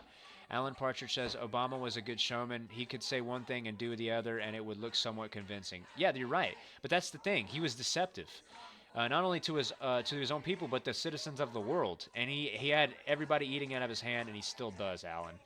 Um, don't get me wrong. He did some good things, and I'm not gonna bash him by any means. But I'm not gonna say he was a peaceful president. He was certainly a wartime president, and he provoked war, and he tried to destabilize. Let's not forget he tried to destabilize. He tried to destabilize and bring down the Assad regime, which is a democratically elected government in Syria. So let's remember that as well. He spent 4.5 years trying to do that. Alan Partridge says, much like Cameron, the red-faced twat. Yeah, David Cameron was what we call here in America a lame duck politician. He walked out flat on his face with Brexit. He openly talked about doing Brexit, and that's something that I like to ask my UK watchers: is what do you think about Brexit? Were you pro-Brexit? Were you anti-Brexit? It's interesting for me to know about that and to talk about that. We could talk about it in another live stream if you like. But again, for those of you just tuning in, my name is Guy Taking a Dump. I'm your host. This is my live stream, Streamception. I host it just about every night. I appreciate you guys coming in. If you like what I'm doing, guys, please subscribe. I like to stay on top of these subjects. I like to bring up topics that matter to you, and I love taking suggestions every night when I have a I'm more than likely, going to host another live stream tomorrow night, and I'll be taking open suggestions. We'll be talking about all topics that are involved in you guys' likings, and we'll be discussing everything we possibly can. Again, I can't tell you guys how much I appreciate you guys joining in and taking the time with me to sit and talk about these things. It looks to me like these protests are going to continue through the night, guys, and I want to stay on top of this with you and continue on, but I'm going to have to get off here soon, guys. Had a long weekend. It's coming to a draw for me here, but we're going to get back on it tomorrow, absolutely, and we're going to finish up the chat here. Let's see. Walking Fitness says, I give Obama credit for bringing veganism to the mainstream. 6229 says, I tried to be a vegan for a while, my wife's idea.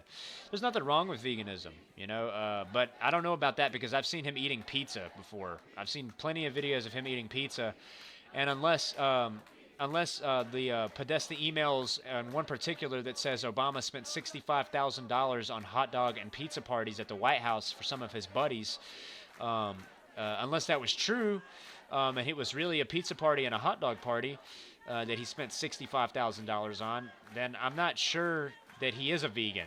But in my mind, it's implicating him in some very dark and murky water in areas that we're not going to go into tonight, but we will maybe later. Walking Fitness says, veganism helped me lose 200 pounds. Walking Fitness, hey, kudos, man. That's awesome, man. That's awesome. Eric W. says, good stream, guy. I like the discussion format. Thank you, Eric. I'm glad you enjoy it, and that's what it's all about, is discussing these things. Walking Fitness says, Pizzagate, LOL, funny guy. Hey, man, you may not agree with it, but there's plenty of evidence surrounding it. You can go back and look at the evidence surrounding the Franklin Gate. That was in the 80s. It implicated officials in the Reagan administration who were eventually actually charged with running male prostitution rings. You can look into that yourself. A good documentary to watch is Conspiracy of Silence, and there's plenty more. There's tons of evidence. And for those Alan Partridge, you could probably talk about this. Jimmy Savile, a very sick and twisted individual who had very many connections to the matriarch in the UK. Very, very close friends openly with Prince Albert. We talk about that in another live stream, guys. Alan Partridge said, I voted leave. I made my mind up in about 2014. I voted because of the immigration.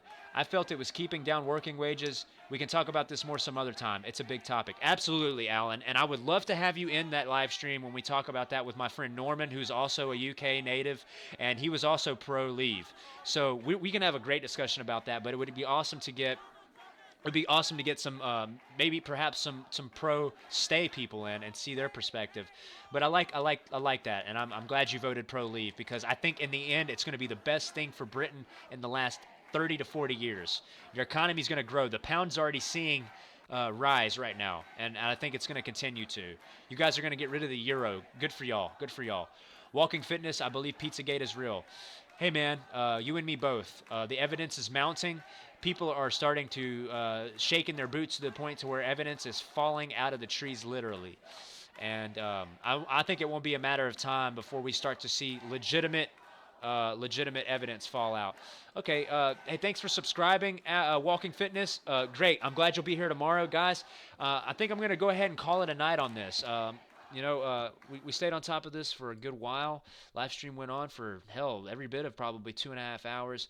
Again, I really appreciate you guys joining in. I appreciate you guys getting engaged and interacting with me. This is why I do this. I want to learn more about how people around the world feel, not only about America, but geopolitics in their countries where they live respectively, from their own point of view, and we can all discuss it in a comfortable and in a very humanistic manner. Put it on a level of I'm a human, you're a human, and we're all a part of this together. We need to learn together about each other, ways we can start to learn better and communicate better. This is what I want to do. And I really appreciate you guys joining in. It means a whole hell of a lot to me. I can't express my gratitude enough. And I hope all you guys subscribed. I don't know why, but for some reason my thing isn't working. But when you guys subscribe, like for instance, Alan subscribed, it's supposed to do this right here. And that's just to let you know that I appreciate you guys. You guys are my loyal dumpers. And I'm hoping to continue this, to build it up, and to keep this as modest and as open source as possible, and to be as interactive with you guys as I can. Let's see. Eric W. says Trump's major mandate is job creation, but if they don't materialize, he'll be out in 4 years. You're absolutely right, Eric. You're absolutely right. But we'll see. We'll see, won't we? We'll be staying on top of Trump, especially in this stream. We'll be very speculative of the Trump administration in this stream. No holds barred. We will hold him to it. Absolutely. Alan Partridge says many in the British Parliament have been implicated in kitty fiddling with small boys. Unfortunately, you're right, Alan. And this is something we will bring up in another live stream as well, because the evidence in the UK, I believe in Belgium recently, and many other European countries, the evidence is just paramount. It's absolutely astute. It's out there, in the open air. So we're going to talk about this and many other topics, guys. I got plenty of topics. We talk about everything from paranormal phenomena to philosophy to current events to the topics that matter to you guys. And I'm always open for your topics that you want to talk about. So be sure to send me messages. Let me know what's up, guys. I really appreciate you guys. Really much love from me to you guys. And I'm glad we could have these conversations. Six Taku's okay.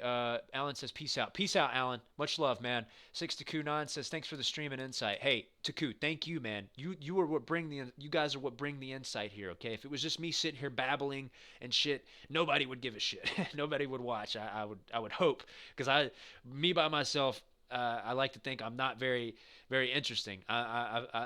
It's always other people that bring out the interest in anything nice. Let's see. Alan Partridge says, good stream. Thanks, man. Thank you, Alan. Really, man. I appreciate you, brother. Alan Partridge. Okay, 6Taku9 says, for a young man, you're very intelligent. That's so flattering, 6Taku. And I appreciate you, man. And I really appreciate that comment. I'm looking forward to discussing more things with you in the later live streams. Hopefully you can join in with us tomorrow night. Alan Partridge says, what time is NC compared to NYC? It's all the same. There's no difference. We're all on the Eastern Standard Time. It's all on the Eastern Seaboard. Basically, anything from Maine and Vermont all the way down to Florida is all going to be around the same time. And when you get over into like Kentucky, a little bit to the west, about 6.5 hours away from where I'm at, you get into Central Time. Then next to that's Colorado, Missouri, all that area. That's the Midwest, the breadbasket of America. That's going to be Mountain Time. And then you're going to get into West Coast time next to that out in West Coast. So again, guys, it's going on 1 o'clock in the morning here on East Coast in North Carolina. I'm your host, Guy Taking Dump. Really, I can't tell you guys how much I appreciate you guys. Let's see. Eric W. says GMT -5 equals Eastern Standard Time. I believe that's right, Eric, if I'm not mistaken. Don't hold me to it. I'm not very privy to time zones so much. I play music on the side for a living, so I do extensive traveling. So I should know more about it. But I think you're right. General Mountain Time, -5 hours to Eastern Standard Time. I think that's right because California is about 6 hours. So I think that's right. you when you get into Central Time, like I said, about 5 hours away, travel time from North Carolina into Kentucky, it gets to an hour difference. So I would say that general Mountain Time is a negative 5 hours. I think that's right. So I think you're right with that. But again, guys, much obliged. I hope to talk to you guys soon. Alan Partridge says, yeah, in the winter, but BST in the summer. Okay, BST -5 in the summer. Greenwich Mean Time. Okay, I thought that was General Mountain Time. See, I didn't know that until now. Uh, Greenwich Mean Time is world time in every time zone. So 6:07 a.m. right now, Greenwich Mean Time. -5 hours. Yeah, that's exactly right, because it's 1 in the morning right now where I'm at. So you're absolutely right, Eric. Thanks for telling me that. I didn't know that. I thought that was General Mountain Time. Either way, glad I could learn something at the end of this here. I'm always taking away something from my viewers. So thank you guys again. Much obliged. I could go on forever telling you guys thanks, but I got to get off here. Thank you guys again. I'll see you guys tomorrow night if you tune in. Much obliged, folks. Have a really pleasant night. You guys are the shit. And I appreciate you, folks. I'm going to end this with a song that I really enjoy. If you guys want to stick around and check it out, this is one of my favorite songs from one of my favorite artists here right now. His name is Vanilla, and I played a little bit of it early, but this is one of my favorite songs. I hope you guys enjoy it. It's track Summer by the artist Vanilla. And you guys, I'll catch you soon. Take it easy. This is Guy taking a dump, signing out. See you tomorrow night. Oh, yeah. I will have the next stream scheduled, so just take a look on my channel. It'll tell you what time it's going to start. It should be relative to your time zone. Again, good night, much love. Take it easy, guys.